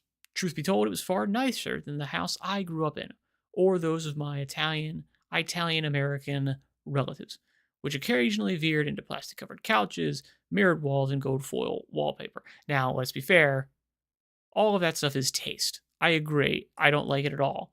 But it's not to say that it's nicer. It's just, you find it more aesthetically pleasing to have a sort of like, old style, cozy thing that's, very likely more run down. She brought us drinks and snacks and showed me photos from the 70s when my grandparents had visited. I told her that I was taught that my grandparents, her uncle and aunt, had left for economic reasons and to avoid war. No, said Anna. They were all doing pretty well, even during World War I and World War II and the rebuilding afterward. They and one other were the only family members who left, she said, and it was never clear why. I don't know if that's the case. Did she ever wish her parents had gone to America? No, she answered. This was always a good place to live. As I hugged this ancient woman with whom I share a real but tenuous connection and whom I will never see again, I felt for a second like I was hugging my own mother one last time. I was also saying goodbye to family stories that may or may not have ever been true. My guess is, again, look, this person's here. They've got to rationalize the way they live their life. I'm sure this person has suffered, stuff. They've experienced hardships, let me say. And, what are the opportunity costs? What are the things that they missed out on because they were living in this small village as opposed to in America? I don't know. Could be nothing, could be something. But the idea that, again, just because down the line, like, if, back to here, Michael Malice has kids. Michael Malice has, some children or something like that. And he tells the story of how in Ukraine, there was no opportunity. They couldn't do it. They couldn't have this kind of thing. Okay. And then, his kids go back to Ukraine or Russia or wherever, he is specifically from, and asks some relatives or some people that live there, hey, would you have left? And obviously this is the Ukraine. So, there's going to be differences because the war and stuff. But if they were to say, no, it was great back then. Well, that's not really an honest answer because they have to assume that. Otherwise, why would you stay? Of course, they had to think it was good. They had to think it was okay. Or at the very least, the risk was not worth the potential reward. When they had me, they're like, we're out of here. Right. And that was in the 80s. Late 70s. Late 70s, okay. I sort of asked that, and this is, I guess, a little tangential from the rest of the conversation that I was hoping to have, but I noticed recently that Stalin was deemed amongst Russians as the most popular, the greatest Russian in Russian history. So it seems to me there's an odd retelling of what's gone on in history. So we've discussed a little bit about the sort of Western apologia for what happened then, but the Russians themselves have a different connection with this time. And I don't know how you would make sense of that if you had insight of trying to understand how Stalin is regarded amongst Russians today. I think I can steelman that position pretty easily. And this is something that is kind of not discussed as much in the West for pretty obvious reasons. The amount of sacrifice, unnecessary by the way, that the Russians made during World War II is extraordinary. It's much more than the British had to deal with. Not that the Blitz wasn't the picnic, and certainly in terms of amount of men lost, nothing compared to what the United States had to deal with. The siege Right. of Leningrad, for people who don't know, is And this is another part of history that people love to bring up in terms of like communism and socialism in Russia and these types of things. When someone says that, oh man, Russia hard carried the Allies in World War II because look at the amount of casualties. Okay. Yes, they did. Way more people died. It's not that they were sacrificed like well.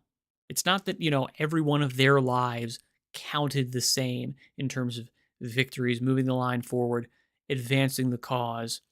No. As Michael Malice points out, they were needless deaths. Most of them were totally just absolutely, needless, meaningless, worthless. the longest military siege in world history, and the fact that the citizens of that city survived it in any kind of numbers is nothing short of miraculous and a great testament to the survival of the human spirit. So there's a very famous picture, which people can look up, called Raising the Flag Over the Reichstag, because the Russians got to Hitler's bunker first. And they raised the stars, the hammer, the stars and stripes. They raised the hammer and sickle over the Reichstag.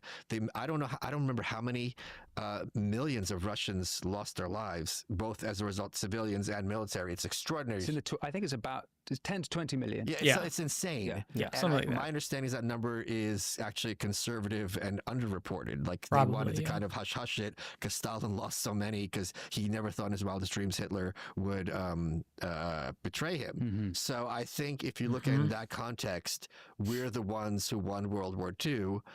It's very easy to make that case. If you just Okay. take it out of context entirely. So because he defeated Hitler, I think, and won World War II, yeah, that was and the World big, War II. big victory. do they have? That's interesting. Did the Russians? What was their sense of the Western allies to them? Do they think of that? I'm sure they think that they made the biggest sacrifice, and you made a pretty good case that they did. But do they have a sense that they did it with the help of Western allies? I can't speak to how that was reported then or now. I do want to point out that, after Stalin died, Khrushchev took over, there was the secret speech, the so-called secret speech. So this is a very famous moment in history, very important moment in communist history. I love the internet. I'm sure you do too, because there's a website, and I'm sorry I'm blanking on the guy's name, where they take speeches and using AI, it sounds like the person is delivering the speech. So you can hear Khrushchev's secret speech in English, and it's got the intonations pretty close to the text. And he basically gathered all these Communist Party dignitaries. There were no outsiders allowed in the middle of the night. And he's like, all the criticism about Stalin has been true. Now, this is the guy in Stalin's seat, literally. Yeah. All these people confessed it was torture. It is insane under Marxism, which we have, that you're going to have any kind of personality cult. We're against the individual. We're for collectivism. The fact that we're talking about Stalin being this great war hero in World War II, well, our front was being devastated because he was hiding for a week because he didn't know what to have to do because his best friend Hitler betrayed him and he couldn't even believe it. So, and he just goes through everything just step by step by step. And you can imagine the people sitting there who had been, under Stalin's thumb for a couple of decades at that point, where everything about how great Stalin is. How do you reconcile this? There's this great. Was it a secret speech did the Russian public hear it? No, it was just the party dignitaries. And after that, there was this huge de-Stalinization movement, both in the Soviet Union and in other, what became Warsaw-backed countries. But there's a book I have that was published in North Korea called The U.S. Imperialists Started the Korean War. And their narrative is the U.S. invaded. This is what North Koreans are taught. And then the great leader Kim Il-sung countered, and it went back and forth that way. And I've heard described that when North Koreans learn that it was in fact the great leader Kim Il-sung who launched the Korean War, it was as if an American would learn that we bombed the Japanese at Pearl Harbor. Like you just sit there, you're like, I don't even know where to begin recalibrating. Wow. So I don't know what they were taught That is insane. in the 50s because Stalin was very much demonized. And now there's this kind of... And I mean, this is kind of tangentially touching on video I made a couple days ago, which is like, all right, what is history? Obviously, there is, some fact about events that happened in the past. The past happened, it happened a certain way, but we, past a certain point, we can't know how those events actually played out. Like maybe if there's still people who have, living memory of those events, you can ask them. And it's, that will be as accurate as eyewitness testimony is, which is to say, not really, but they were there, they witnessed it, and, even if they misremember it, they probably get the broad strokes correct. However, further past that, you're relying on, even if you're looking at primary sources, you're still relying on the idea that, these people weren't lying. These people were not making stuff up. These people were not misremembering things. There's not an issue of mistranslation. There's not an issue of, propaganda, of bias, of, non-objectivity, of, trying to frame things in a certain way. And the best thing that you can do is, gather as much evidence as possible to create the most reasonable story of what most likely happened during those past events, for those past events. And that's the best you can do. But if you're looking at things from the perspective of, all right, well, you know what? We don't actually care about truth that much, especially for something like this where it's like truth can never be 100% absolutely ascertained. So you know what? We might as well construct a version of history that makes our citizens most productive, live their lives the best way that they can, become, the best citizens that they can, the most productive members of society that they can. And it's difficult to say that is not, equally as valid an interpretation as one that is stressing historical truth above all things. It's difficult to say, should you, destroy the lives of people living today by, demoralizing them or saying, horrible stuff about them, their people, their history, these types of things, to service some nebulous idea of truth in these types of things. Obviously, the way we would think about it in terms of, the reason why it's important to teach historical truth as, it actually happened as best we know, is that serves a higher pragmatic purpose.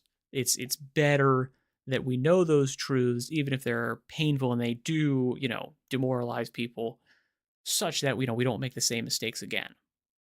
But I don't know if that's actually the case, because it tends to be that, history moves in like cycles and these types of things, and the forces that shape events in these large historical narratives tend to just be, underlying human forces that are not going anywhere. Whether we know them, whether we, have looked at them in history and said, hey, this is the thing that happened in the past, and this is why it happened.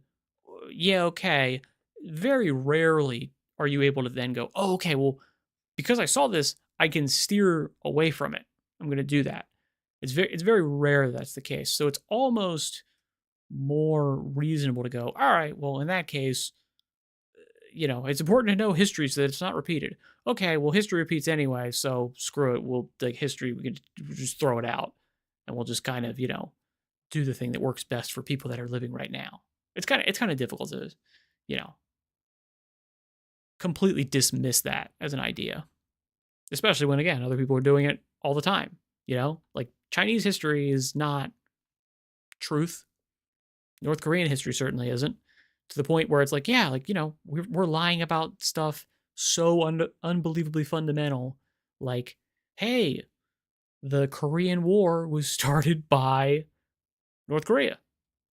Of renaissance of appreciation from him, and I don't know how much of that is contextual and how much of it is, in that one specific vein. I know that Putin made the Gulag Archipelago mandatory reading in schools. Did he? Yes. So he's not hiding away from, I don't know if that changed recently. Possibly it has. I don't think it has. He's not hiding away from Stalin's atrocities, which that book obviously very much paints a picture of.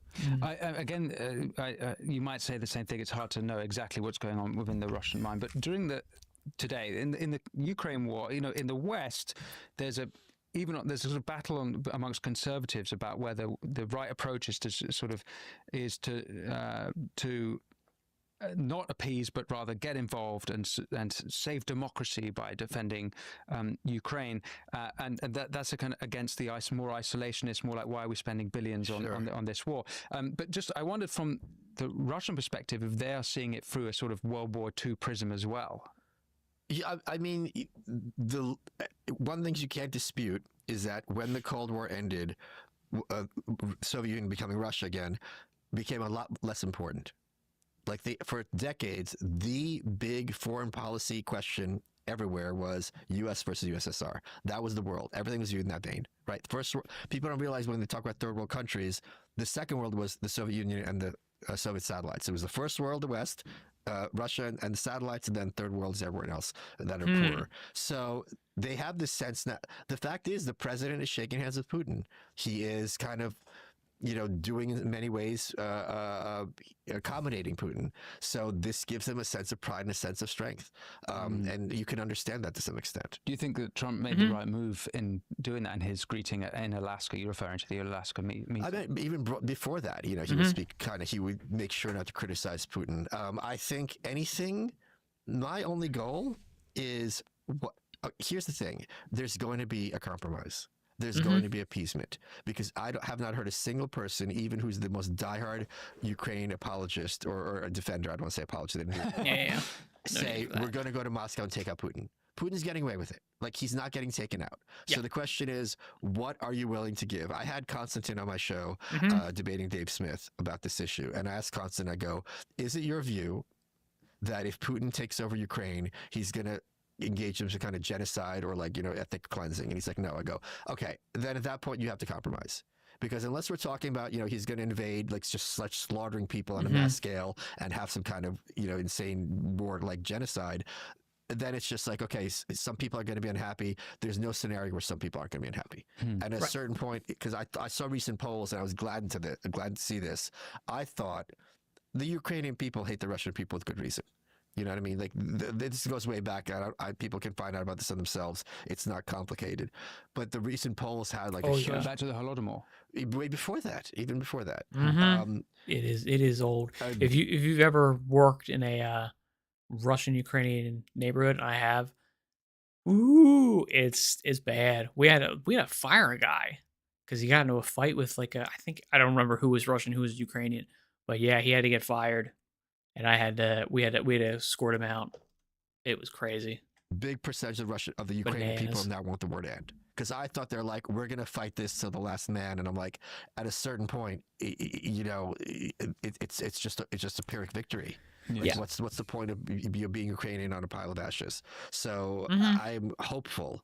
What I thought would be a good move for Putin's part, because the thing is, everyone has to be able to save face. Everyone has to say that they won, right? Big time. That's tricky. If Putin says, I will give back every land except for the Donbass and Crimea, which he's had for a minute now, you get all the rest. In exchange, the U.S. leaves NATO. Great. The U.S. can still partner with NATO at any opportunity. You don't need to formally be a member to work together. The phone calls work. Emails work. Ukraine gets peace and no more people being killed. Putin retreats. That, I think, would be an attractive package. U.S. leaves NATO, not Ukraine not to join NATO. Well, that's a given that the Ukraine's not joining NATO. Right. Okay. Yeah. Right. Do you think is that actually? I've never heard that. Is that actually on the cards? Is that? I heard George Conway, Kellyanne Conway's ex-husband or husband. I remember he's got full-blown TDS, saying, "Watch, Trump's going to say that the U.S. is leaving NATO tonight," and I'm like, that wouldn't actually be a bad bargaining chip for Putin to play, and Trump would bite, I think. It would a huge backlash in America, wouldn't it? No, I guess the MAGA base would be support because they're more isolationist. There wouldn't be a backlash at all. There would be, but not a big one. I think that's fair. The point is, if you're not formally in NATO, that doesn't mean I'm never going to work with the NATO countries.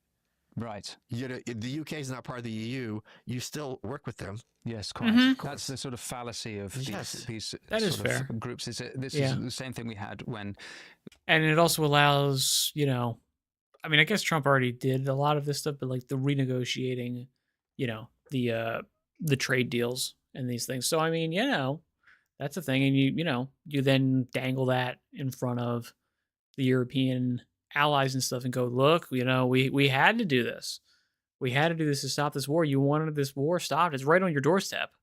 You wanted a more stable region, and therefore we gave up being a part of NATO. So you got to give us something for our trouble here in terms of these trade deals. That's not a bad deal. I do wonder if that's like on the we're table. debating whether or not to stay in the EU. But it is It's interesting. like whether or not, or people were saying World War III was going to start, as if the EU would actually like in any way resist that. Like it's silly. Of course, we can have alliances with people. course. Yeah. Mhm. So back then to this weird relationship with socialism and Stalin. One topic we've covered on this show has been the World War II consensus, or rather the post-war consensus, Mhm. and the bits that were wrong, the bits that were right. Karl Popper's comes up a lot because Oh he's... God, I'm reading his book right now. Which one? The Open Society and Its Enemies. Right. It's torture.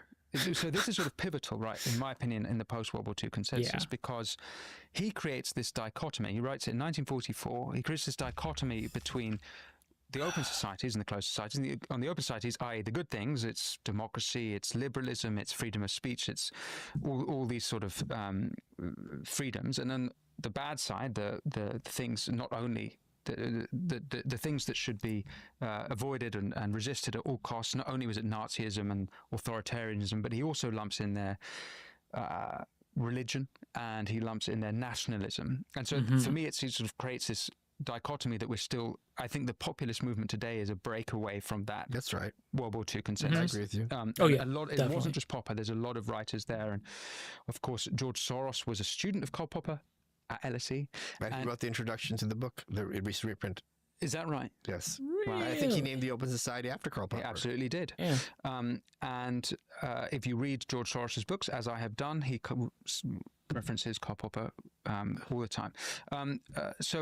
Another part of dimension to the post-World War II consensus, but it's relevant to Popper because the back half of that book is kind of an apologia to Marx.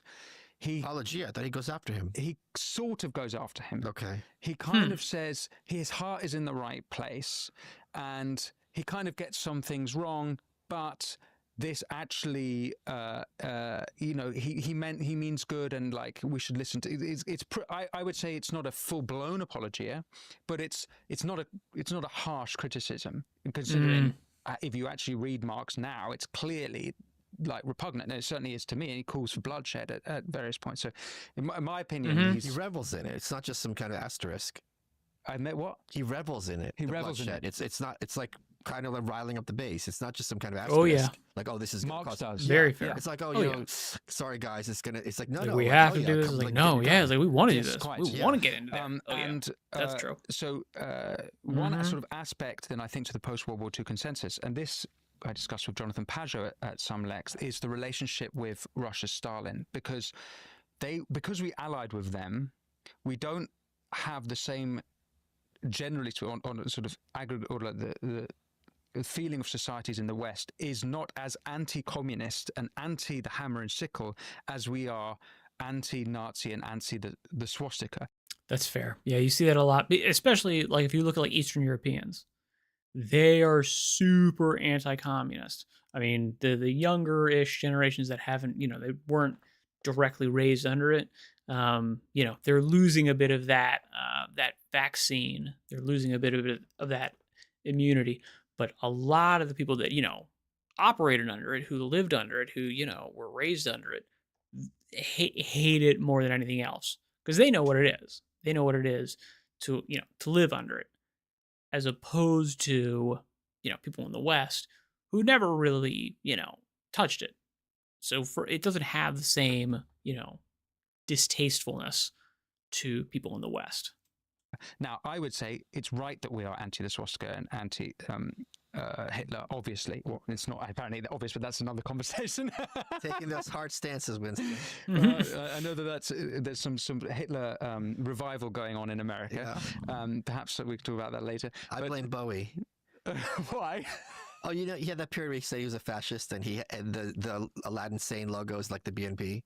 Oh, really? Yeah. Well, there was a lot of pop stars toying with swastikas and Susie and the Banshees, I think, was Salvador one. Dali also kind of Sid toyed with that. Vicious. Oh, yeah. There was a kind of... Well, Sid it was kind of tongue in cheek with it. Well, that's why they broke up the Sex Pistols. I am going to say something, and I think it's important when people in our positions own their own crap. I encourage everyone to mock me every chance you get, because don't finish my thought because you're going to guess the answer. I saw online that the Sex Pistols were performing in Dallas. I'm in Austin. My friend's flying in from New York. I was so excited. We got tickets. And then I looked again, and it's the Sex Pistols without Johnny. Yeah. And they got some other guy. And I can't get a refund. And it's like watching Mumford & Sons without Winston. Who wants to see this shit? I mean, I wouldn't want to see it with you, though, to be fair. You can see John Lydon in his band Pill. But yes, but I want to hear Anarchy in the UK. Yeah, with him. Oh, anyway, the point was they broke up partly because Malcolm McLaren wanted them to do a song called like Belson Was a Gas, and Johnny's like, can I curse? Yes. Fuck you. Like, this is not what we're about. This isn't funny. So that was a big turning point, and that's where the movie The Great Rock and Roll Swindle, that's part of the basis of that. He's like, we're not doing this. But Sid, of course, walk around New York with a swastika. I have Punk Magazine. There was a swastika on the cover there, issue number 3, framed in my living room. But it was very much ironic. It was not at all... these were lowlifes, punks. You know what I mean? They were not. Yeah, I agree. White nationalists. You had that whole, especially because if you know anything about the history of sort of like punk and hardcore at the time, there was also a subculture of like skinheads, and they would go at each other all the time, like brawls all the time. Right. You had that whole scene with the skinheads, whatever, but that's not brought it up. Johnny and not what Sid was thinking about at all. What do you think Kanye was thinking about with his Heil Hitler song? I don't know. I don't listen to Do you think it's in the same vein? No. You think it's something else? He actually believes it? He does actually believe it, yes.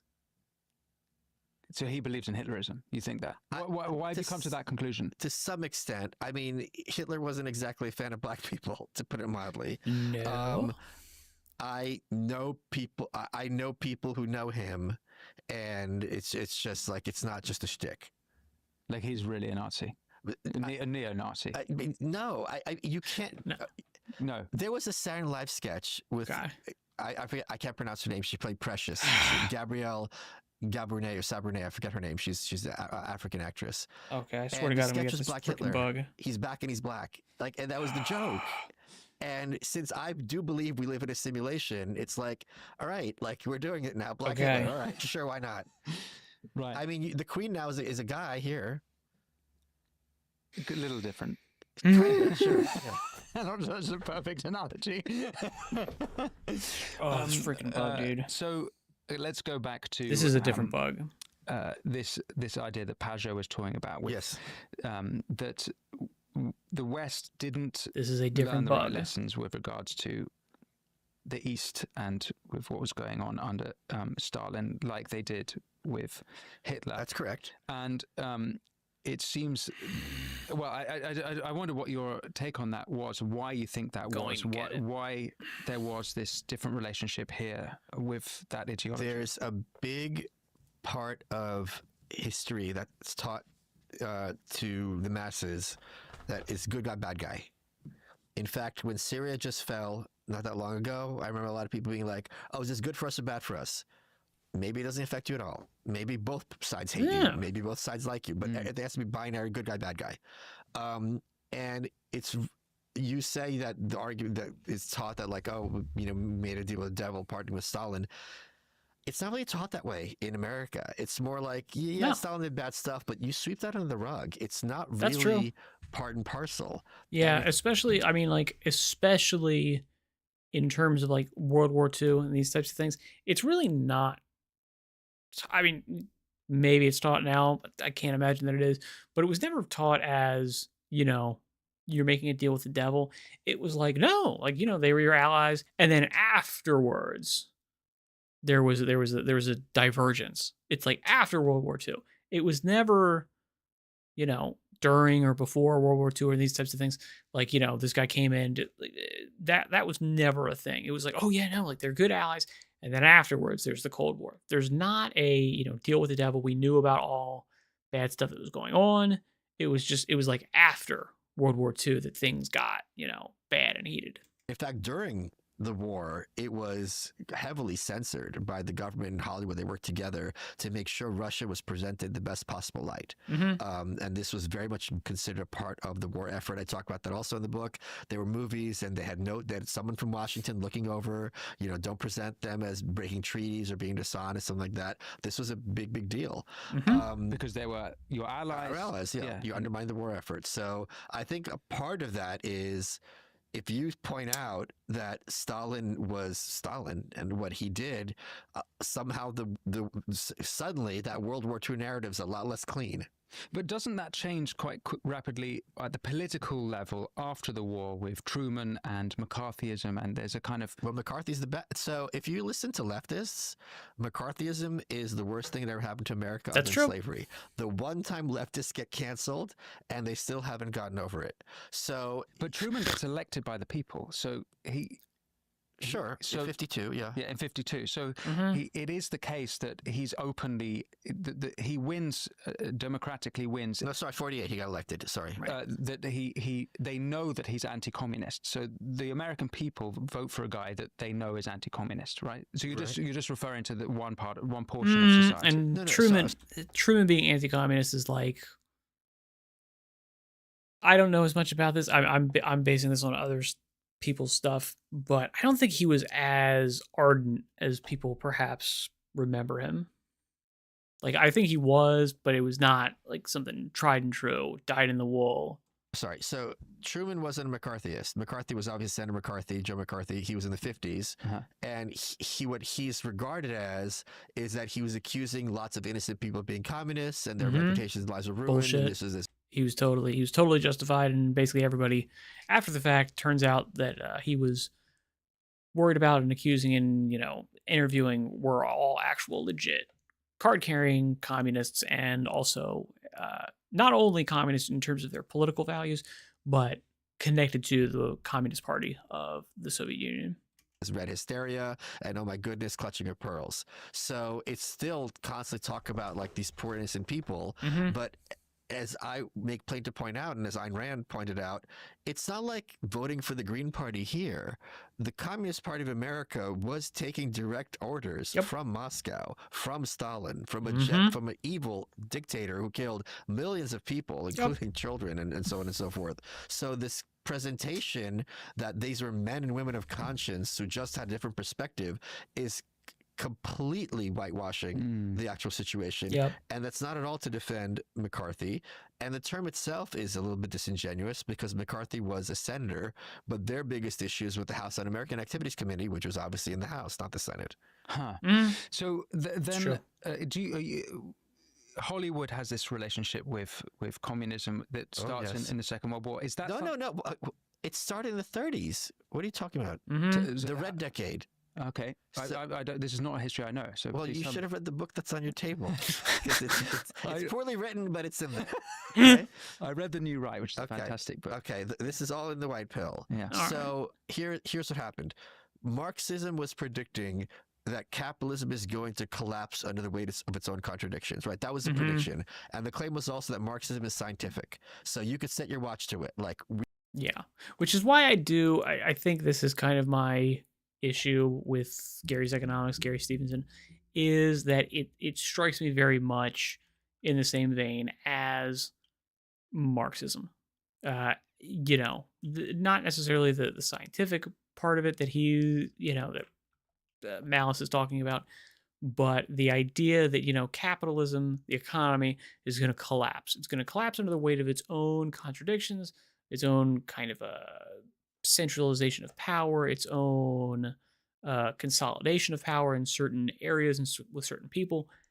And it does strike me as a Marxist argument. And it feels like it's been long enough since Karl Marx came about that you could have someone say basically the same thing slightly differently or in, a new medium, and tap into all of the same issues, tap into all of the same issues that, made him very popular. And everybody looked at him, everyone read him, and, he made the world an infinitely worse place by existing and writing his stuff, which is why I'm very skeptical about Gary's economics. Because I do think it's not going to go in a good place. And the things that he's talking about, to me, don't seem like they are real solutions. They feel like, the kind of solutions that are only going to happen with some sort of violence. And he's not calling for it, but, he's on a platform where you can't. So I don't think he would. I'm going to assume that he wouldn't, but I wouldn't be surprised if, some people quote him in their manifestos. Let's put it that way. Things follow a certain historical pattern. As night follows day, so on and so forth. 1929, the stock market crash. The Great Depression is going on for years and years, not just in America, in other countries across the world. The Marxist prophesied calamity happened. It came true. We promised it, and here it is. So not only that, you have economic despair everywhere. People start looking for alternatives, and the Soviet Union was presented as the society of the future. It's run scientifically, not like you backwards thugs in the West. Mm-hmm. So the intellectuals all had huge boners for the Soviet experiment in the 30s. Eugene Lyons wrote a book called The Red Decade. This is when Hollywood heavily went communist. 1934, Upton Sinclair, who wrote The Jungle, ran for governor of California. He got the Democratic nomination, which was a big shock because all his life he'd been a member of the Socialist Party. And he pointed out that people vote for parties that their grandfathers voted for, so they're going to vote for a Democrat, they're not going to vote for a socialist. And his plan, epic, End Poverty in California, he wanted to ban the idea of profit. You only produce for use. Now, and he met with Roosevelt, and Roosevelt, being a snake, left Upton with the impression that Roosevelt's going to come out for this. And then a few weeks before the election, Roosevelt's like, no, profit's good. And Upton's like, Roosevelt, and he lost, like, barely. But this was a big moment in the 30s where more people need to say FDR's a snake. Now that and I'm going to say we because it was a consensus, we all know capitalism doesn't work. What's plan B? And for some people, it was blood red. So actually, it's a wrong paradigm to look at this post-World War II consensus as that we should have ever known. At that time, they should have known necessarily. Well, they should have known because by then you had the Holodomor, you had the show trials. That happened in the 30s. Yes. You had the gulags, all these things. Emma Goldman was talking about, many of these things, and they didn't want to hear it. But I mean, do you know what Sartre said?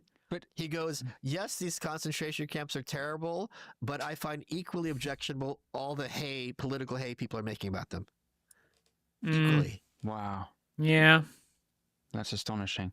Well, the Gulag Archipelago was published in 1974, wasn't it? Right, but wasn't it circulated in Samizdat much earlier?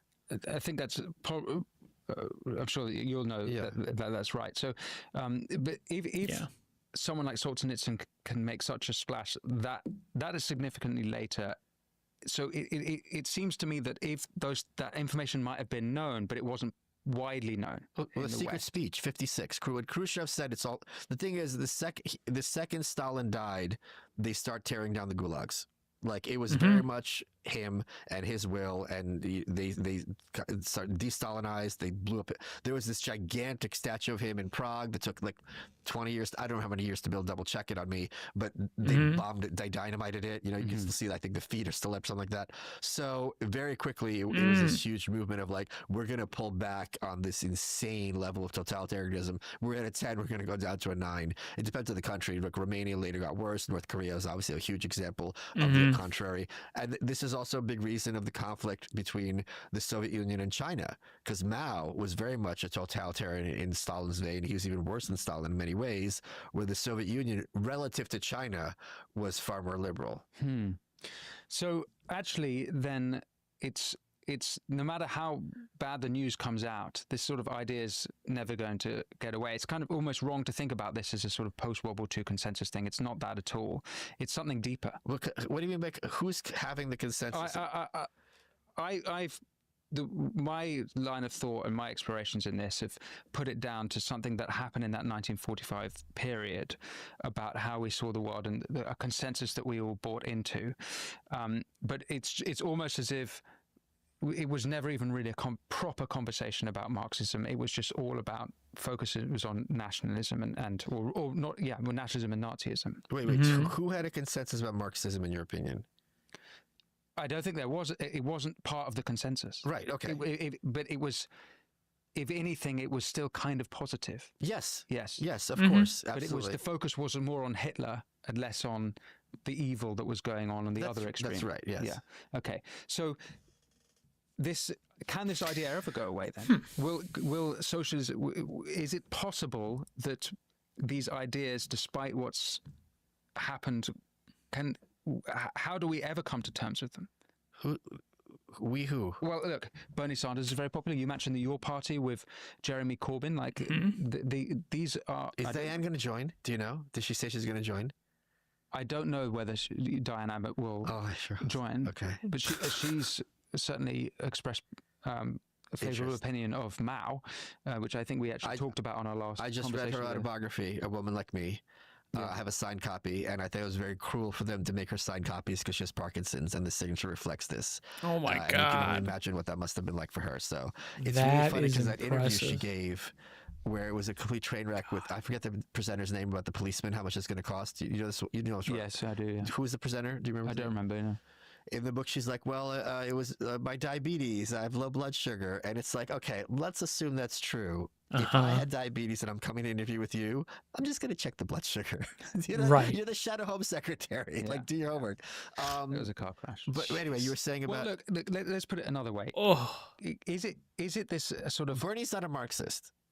He's a socialist, so he's a democratic socialist. Sure, yes. Right. And but it's the case that when Corbyn was grilled on whether or not he's a Marxist, he didn't say no. He's like, well, he was kind of vague about it, sort of implying yes. That's how I saw that. I think Corbyn is significantly to the left of Bernie Sanders. You think so? Yes. In which domains do you think he's? I'm not as familiar with Corbyn as I am with Bernie, but Corbyn seems to be much more of an authoritarian. Bernie seems to be very much a free speech type and actually mean it. Someone who's very much for kind of political discourse. Corbyn seems to be much more, TV license, hate speech, all that other stuff. One big difference between the two is that Corbyn is always talking about immigrants and wanting to look after immigrants, whereas Bernie is much historically much more clear about borders. Yes, correct. Yeah, so not so much right now, but he has. And I don't think Bernie has. Yeah, I guess he's for socialized healthcare, but you guys have the NHS here already, so it's a little different. Exactly. That's the thing. Right. But didn't Corbyn just recently say he wants to nationalize some industry? Nationalize what? Sorry. Some industry. Didn't he just say that? Corbyn wants to nationalize everything constantly. Right. I've never heard Sanders want to nationalize anything other than socialized healthcare. Yeah. I've never heard of Medicare want to nationalize for a single industry. Yeah. Is that right? Yeah, to my knowledge. Huh. I think that's fair. And Corbyn is always. I think that's true. That's what I was saying. How the British left is much more left economically than the American left, and Bernie's as left as it gets. Bernie is as left. Yeah. What do you think that someone like Mamdani represents? He's as left as you get in national politics. Yeah, for sure. Successfully, at least. Is he the new face of woke? Is this sort of woke is somewhat defeated with Trump, and then Mamdani comes on the scene and he's kind of got a little bit of from the river to the sea about him. And how do you perceive him as woke? I don't see it. I see it as that the ideas that this sort of pro-Palestine, the toying with socialist stuff, that to me seems like a new version of words. It's very much an oppressor-oppressed narrative that I think underpins those things. Sure. Okay. But to me, woke is first of all much more focused on domestic issues. It's very much this kind of privileged white kids, kind of the privileged college students kind of thing. It's very much focused on like queer theory, and you know, like racial stuff. That's part and parcel of his campaign. Well, But maybe I should put it this way. I can see it, but I mean, I feel like the like when people say woke, and I think when Winston is saying woke, what he means is sort of like the MAGA movement on the left. Like MAGA means, you know, something specific more so than you know, just the Make America Great, you know, specific agenda underneath that. It's just, you know, it's the moniker given to everyone who's under sort of the, you know, the populist right, anti-woke agenda, an America First agenda, sort of a Trump agenda, you know, even if that's economic, even if that, you know, return to common sense, blah, blah, blah, blah, that kind of stuff. And then the woke is the basically everybody who's on the opposite side of that, or at least the group that is sort of like the base of perhaps like the progressive left that you would say. But I understand if Michael Malice has like a specific version of woke in terms of like a cultural movement as opposed to a label for a group. I said they used the word new face, but maybe I should have said this sort of new version. Sure, okay, that's fair. So there was, after Trump's victory, and I think this was the last time I was with you, I was in Austin with you, there was sort of a feeling that that woke had been defeated, Right. but my feeling was no. I think it will just reemerge in a different form, and these spirits that animate so many people will just find a new way. And Yeah. it's maybe well, for example, we saw before. If you go back 5 years, a lot of Antifa violence and BLM riots and the such, and since Trump's won again the second time, That's we saw true. the violence. Yeah, so think about it that way. Think about, like, you know, like we used to call it Antifa. Like, hey, these are the Antifa types. And now we say woke stuff. Yeah, that's fair. Because I mean, nobody really says the Antifa people anymore. To do with Tesla, and so I was like, oh, there's the violence coming at in a slightly different. It's manifesting in a slightly different way. So I thought Mamdani might be another version of that. Yeah, but I don't think Antifa and woke are synonymous, because I think woke is rarely do anything. There's a lot of social media complaining, a lot of trying to get people fired. Like, if you're going into the streets, I think that's it's leftism, but I don't think they're. Fine, that's fair, that's a fair critique, and I don't think that they are synonymous either. I think And by the way, I tweeted this out, and I'm glad that I'm on a British station, but I'll say it, and I'm glad people are getting upset. They should get upset. Antifa are the only Brits left who are fighting for their values, and it very much saddens me to see this. Kind of. What are you basing that on? Because Andy No just had this tweet about there's this march and Antifa saying, you know, get ready for direct action, so on and so forth. I'm like, they're doing something about what they care about. Well, I think that's fair. Think that It's unfortunate. I'm not going to give this example as an opposite to Antifa, but it is the case that this weekend gone, there was something called the Raising the Colours, where up and down the country, Brits have been putting up the Cross of St. George, the Union flag up and down the nation. Not only that, over the last month, there have been protests up and down the nation outside hotels where illegal immigrants are being housed, and the British people are standing up, and I think that those Brits are very much standing up. Now, they're not using, on the fringes there's might be one or two who are a little violent, but I would say the vast majority are not using violence in the same way that Antifa use violence, and they are standing up for the British values. And who's winning? Who's winning? Yeah, you conquered the world, and now you're just scared to get your hands dirty. And you're letting yourselves be bent over without the benefit of lube. And as someone who is an admirer of the British people, and as someone, as you know, who you saw them with your own eyes, has Margaret Thatcher's bookcases in his living room, which is my big moment as an immigrant, realizing I've made it, it is disheartening, and I don't even know what other negative words to say, to watch what is going on over here. It is just not a good look to me. What are you seeing? Submission. Yeah. and it just This is definitely the same vibes I get, which is like why I like to see the raising of the colors stuff. I do like to see it, and it means that it's like okay, but it's not something that's going to necessarily. I see people celebrating it who are in there, and they're like, "This is great. This is this is it. This is fantastic," and it's good to see that these people are not totally demoralized, but it is also like empty. It is kind of like an empty, like, all right, like this is it. This is all you're gonna do.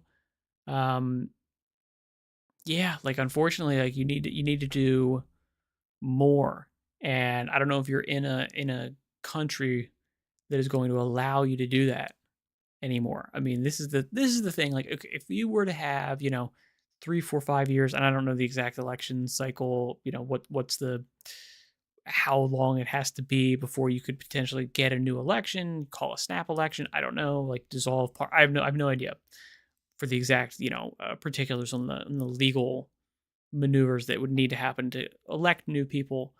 But if like the Reform Party or some other party like that was able to come up and be like the real opposition, was able to take over seats, was able to put forward, even if they are not the people in power, they can actually be the opposition party, and therefore they have a national platform for these types of things.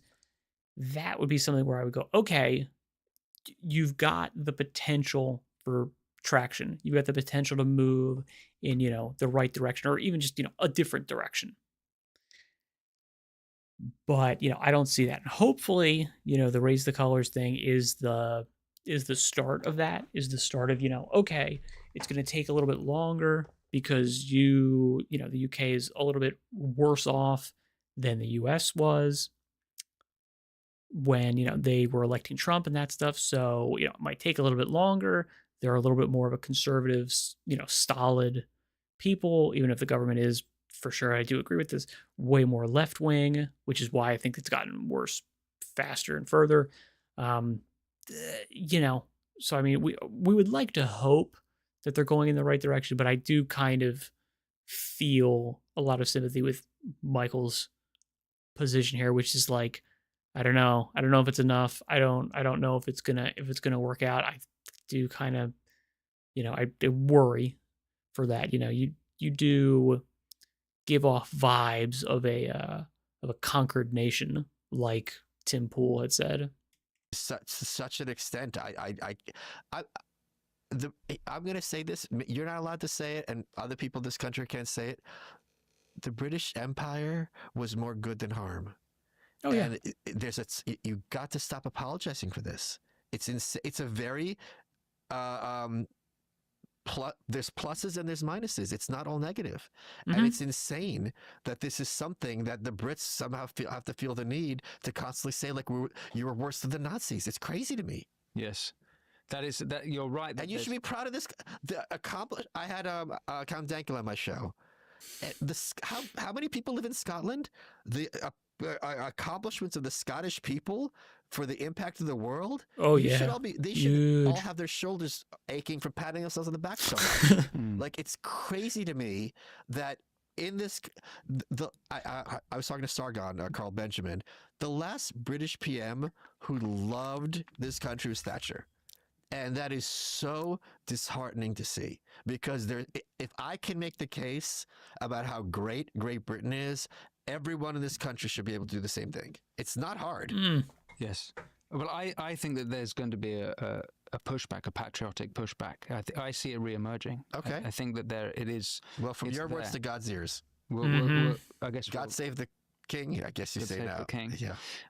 But I think Feels that you're weird. right that this actually goes back to the post-World War II consensus, but the sort of anti-empire, anti-colonialism, I think that emerged because of these philosophers like Popper, and it became part of that consensus, and it got conflated with the Nazis, I guess. Yeah, and what Nazism and happened on the nationalism continent. are Actually, the same part of thing. it was because of the Which they're not. Americans. So during the war, it was the Atlantic Charter that Churchill was made to sign by FDR about a commitment for no more that all people should have their own sovereignty, which I guess I of course support that. Sure. But that was a bit part of it, and the sort of beginning of that process happening, and a kind of movement away from of that. So it came from America a little bit also. Sure. Yeah. I'm no FDR fan. The man was as crippled in spirit as he was in body.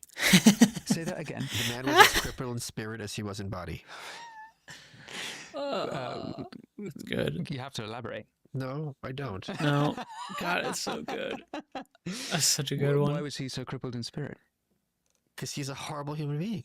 Mm-hmm. I mean, how the fact that he is like buddying up with Stalin at Churchill's expense is insane. Mm-hmm. And he did it repeatedly. I mean, it was, and again, going back to Thatcher, she was reminded of this during her prime ministership because she had to stand back while Reagan and Gorbachev were kind of buddying, and she's just like realizing I don't have a lot of clout here. I'm going to be the low man on the totem pole. And Yeah. they made Churchill feel that very much, during all those meetings. So Wait, is my understanding correct that people in the UK don't think he's awesome anymore?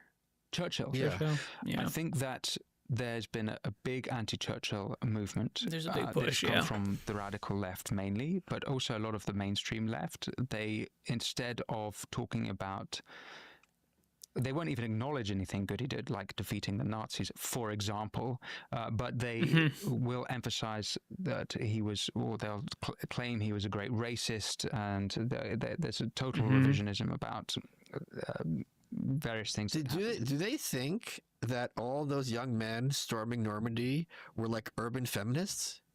They were all racists. Like, what are they talking about? This is the 40s. This is the 30s. And I don't think, I'm not a Churchill historian, I don't think a big part of his prime ministership was endorsing or increasing racial oppression. Am I incorrect? I don't think it that's was at fair to all. say. Okay. And actually, if you look at the war, I mean, there was a great war effort from across the empire. Just fantastic book by Sir Trevor Phillips, who documents the Jamaicans who came to Britain to fight with the British against the Nazis, and it was a multiracial effort Yes. on behalf of the all people from across the empire. So, Mussolini conquered Ethiopia. The Allies freed them. As one very easy example. yeah, quite. But yeah, there's a very strange revisionism going on with him, and it's I think a deliberate attempt to undermine the foundational myth, because he sort of is a foundational Yes, of myth. course. Yeah, always voted as, the greatest Briton.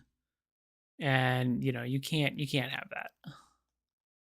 So you saw this, an equivalent would be on the left in America with the 1619 Project. Oh, yes. It's another way of, if you get right to the foundational, That's right. It's a smart the move. thing that the foundation stone on which the whole edifice has been built, then you can actually cause real chaos and be effective. It's actually happening on the American right as well. There's a lot of chat, I've seen it, on the American right. It's kind of like a neo-Irvingism going on. right. That Churchill was the true villain of World War II.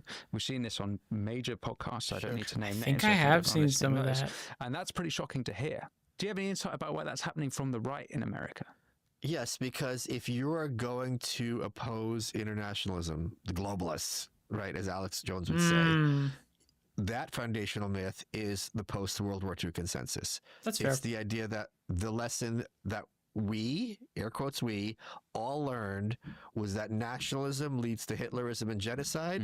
So we have to have this UN globalist multinational. That's a good point. I don't know if I mean, again, I've seen it a little bit, the sort of like American right, conservative, alt-right, far-right, whatever we're going to call it, not loving Churchill. I've heard a little bit of it. I haven't seen a lot of it, but I guess I've seen enough to know that it exists. That is a good point that Michael's bringing up as to why we're seeing it. It is, he was a linchpin in terms of establishing the much more globalized society that we live in now. That's fair. And if that's what you're super opposing, then yes, he would be, I don't know if you would say actually be a bad guy, but he's associated with something that you think of as the ultimate evil. So I get it. national coalitions at any time to make sure that can never happen again. So if you're going to undermine that, and I think that is an idea that does need a lot of undermining, because the premise that the U.S. has to have its finger in every pot everywhere in the world is insane to me. Although there's clearly cases where one side is morally better than the other. It's not always like it's not our problem. Sometimes, yeah, there are good guys here. There are bad guys. Doesn't mean it's our responsibility or that we even have the capacity to kind of resolve this case. If you're going to undermine that, you have to undermine the World War II heroic narrative. We've covered a lot of ground. We've been speaking for some time. Just like the British Empire used to. Just like the British Empire. Yeah, used to. covered a lot of ground. Very nice. I never said on it, it was true. That's good. Yes. And now look at you. Right. In fact, you might not be aware, but we've just signed away the Chagos Islands, which, much to the dismay of Chagosians themselves, and this is important for Americans because there's the Diego Garcia base there from which all Middle East operations are launched from. Who they give away to? They have paid to give it to Mauritius. That's where the dodo's from. Was from, yeah. Yeah. And the world's biggest palm nut. Palm nut. Yeah, it's the biggest. It looks like an ass. It's called the something de mer, palm de mer. It's How would you know that? Because I know a lot about animals and plants, and it's like $3,000 for one of them. It's like this super rare plum. Yeah. Great. Well, yeah. To end the march to undermine Britain is continuing aplomb by our Prime Minister. I have to no less. ask.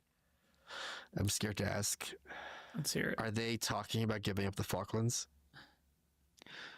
No, I don't think. God, no. There's a guy called Philippe Sands who was behind the Chagos deal, and he is British, and he is allegedly close with Starmer. I'm not sure how close they are, but he wrote a book called The Last Colony, which explains his mission. It's almost like a life mission to get rid of the Chagos Islands, and he does reference the Falklands. So I think it's very much on those decolonizers, and they are really literally decolonizers. That's very much their mission. They are talking about the Falklands, but so it's there, but the Falklanders themselves are proud British. But you said the Chagosians were too. That's correct. Falklands must be close to your heart, being a big Thatcher fan. Yeah, of course. That was, I mean, if it wasn't for that, she probably wouldn't have run out of number 10. Is that right? Yes, you should read The White Bell. I will. We're going to move over to the Substack. Okay. For a conversation about... So with that, let's see. I basically said I was going to do... Yeah, I did say that I was going to essentially just do YouTube videos today. I have been in the process of checking out Deus Ex mods and stuff, because the original game, the game of the year, I can't really get it to run well. I tried to figure out a way to do it. I can't really do it. So I was like, all right, well, if that's the case, let me try to do some mods that make it better. The revision mod works. However, it also changes a lot of stuff. It changes like maps and things. And I'm just like, I don't really want to do that. I don't really want to play a different game. I want to play Deus Ex. So I've got a new mod that should be pretty good and should be pretty like correct in terms of maps, in terms of info, in terms of all of that stuff.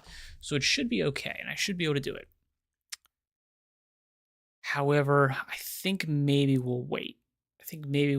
Obviously, this will be my last day because today's Tuesday. So Wednesday and Thursdays, I'm going to take off, especially because, it doesn't seem like anybody's in here in chat, not doing anything. I get it. It's the middle of the week. I get it. So I do want to do, obviously continue on Saturdays and Sundays. I do get some people in there for that, so that's good. And let me think. Is there anything else I wanted to mention? I think that's it. With that being said, yeah, I want to hear the intro for this. Maybe we'll do this, the West is not multicultural thing, but otherwise I think we'll probably just call it after this. the mood music about history, which I agree in the last, let's say 15 years, has been intensely moralistic. Is that wrong? Like, should we not be trying to learn the moral lessons from the past? The biggest killers were utopian idealists. They were people who believed in a better world. Hitler, undoubtedly, you know, it sounds weird to say it, but he's an idealist. Stalin is obviously an idealist. Mao is an idealist. They think they are going to make a better world. We now have a slightly sanitized and a self-deluding, idealistic view of human nature and of what we're capable of. They've been completely insulated from the beast in other people and in themselves. Knowledge of the beast is so important. Relax, relax. This is not an ad. It's I an just ad. wanted to let you know that you can watch this video without any ad. Doink, doink, Dominic doink. Sambro, welcome to Trigonometry. Thank you very much. It's a great privilege. It's an honor to be here. No, it's an honor for us to have you. You're, of course, part of the hugely successful The Rest is History podcast with our former and future guest, Tom Holland. And history has always been a fascination of ours. Our audience love our history episodes. So it's great to have you here. The thing we wanted to talk about with you is, I think, given the current political climate... All right, so do we have enough time to watch this entire thing? We do not. As I've said, I kind of did get through everything that I kind of wanted to and kind of figured out what I was going to do. I've got a couple other things that I have to do today. We're off tomorrow and the next day. All right, I think we will just call it slightly early today. Maybe a little bit more than slightly, but yeah, we'll call it a little bit early today. That's fine. I don't have a huge problem with that. Okay, yeah. So with that being said, good luck in all your endeavors. Thanks a bunch.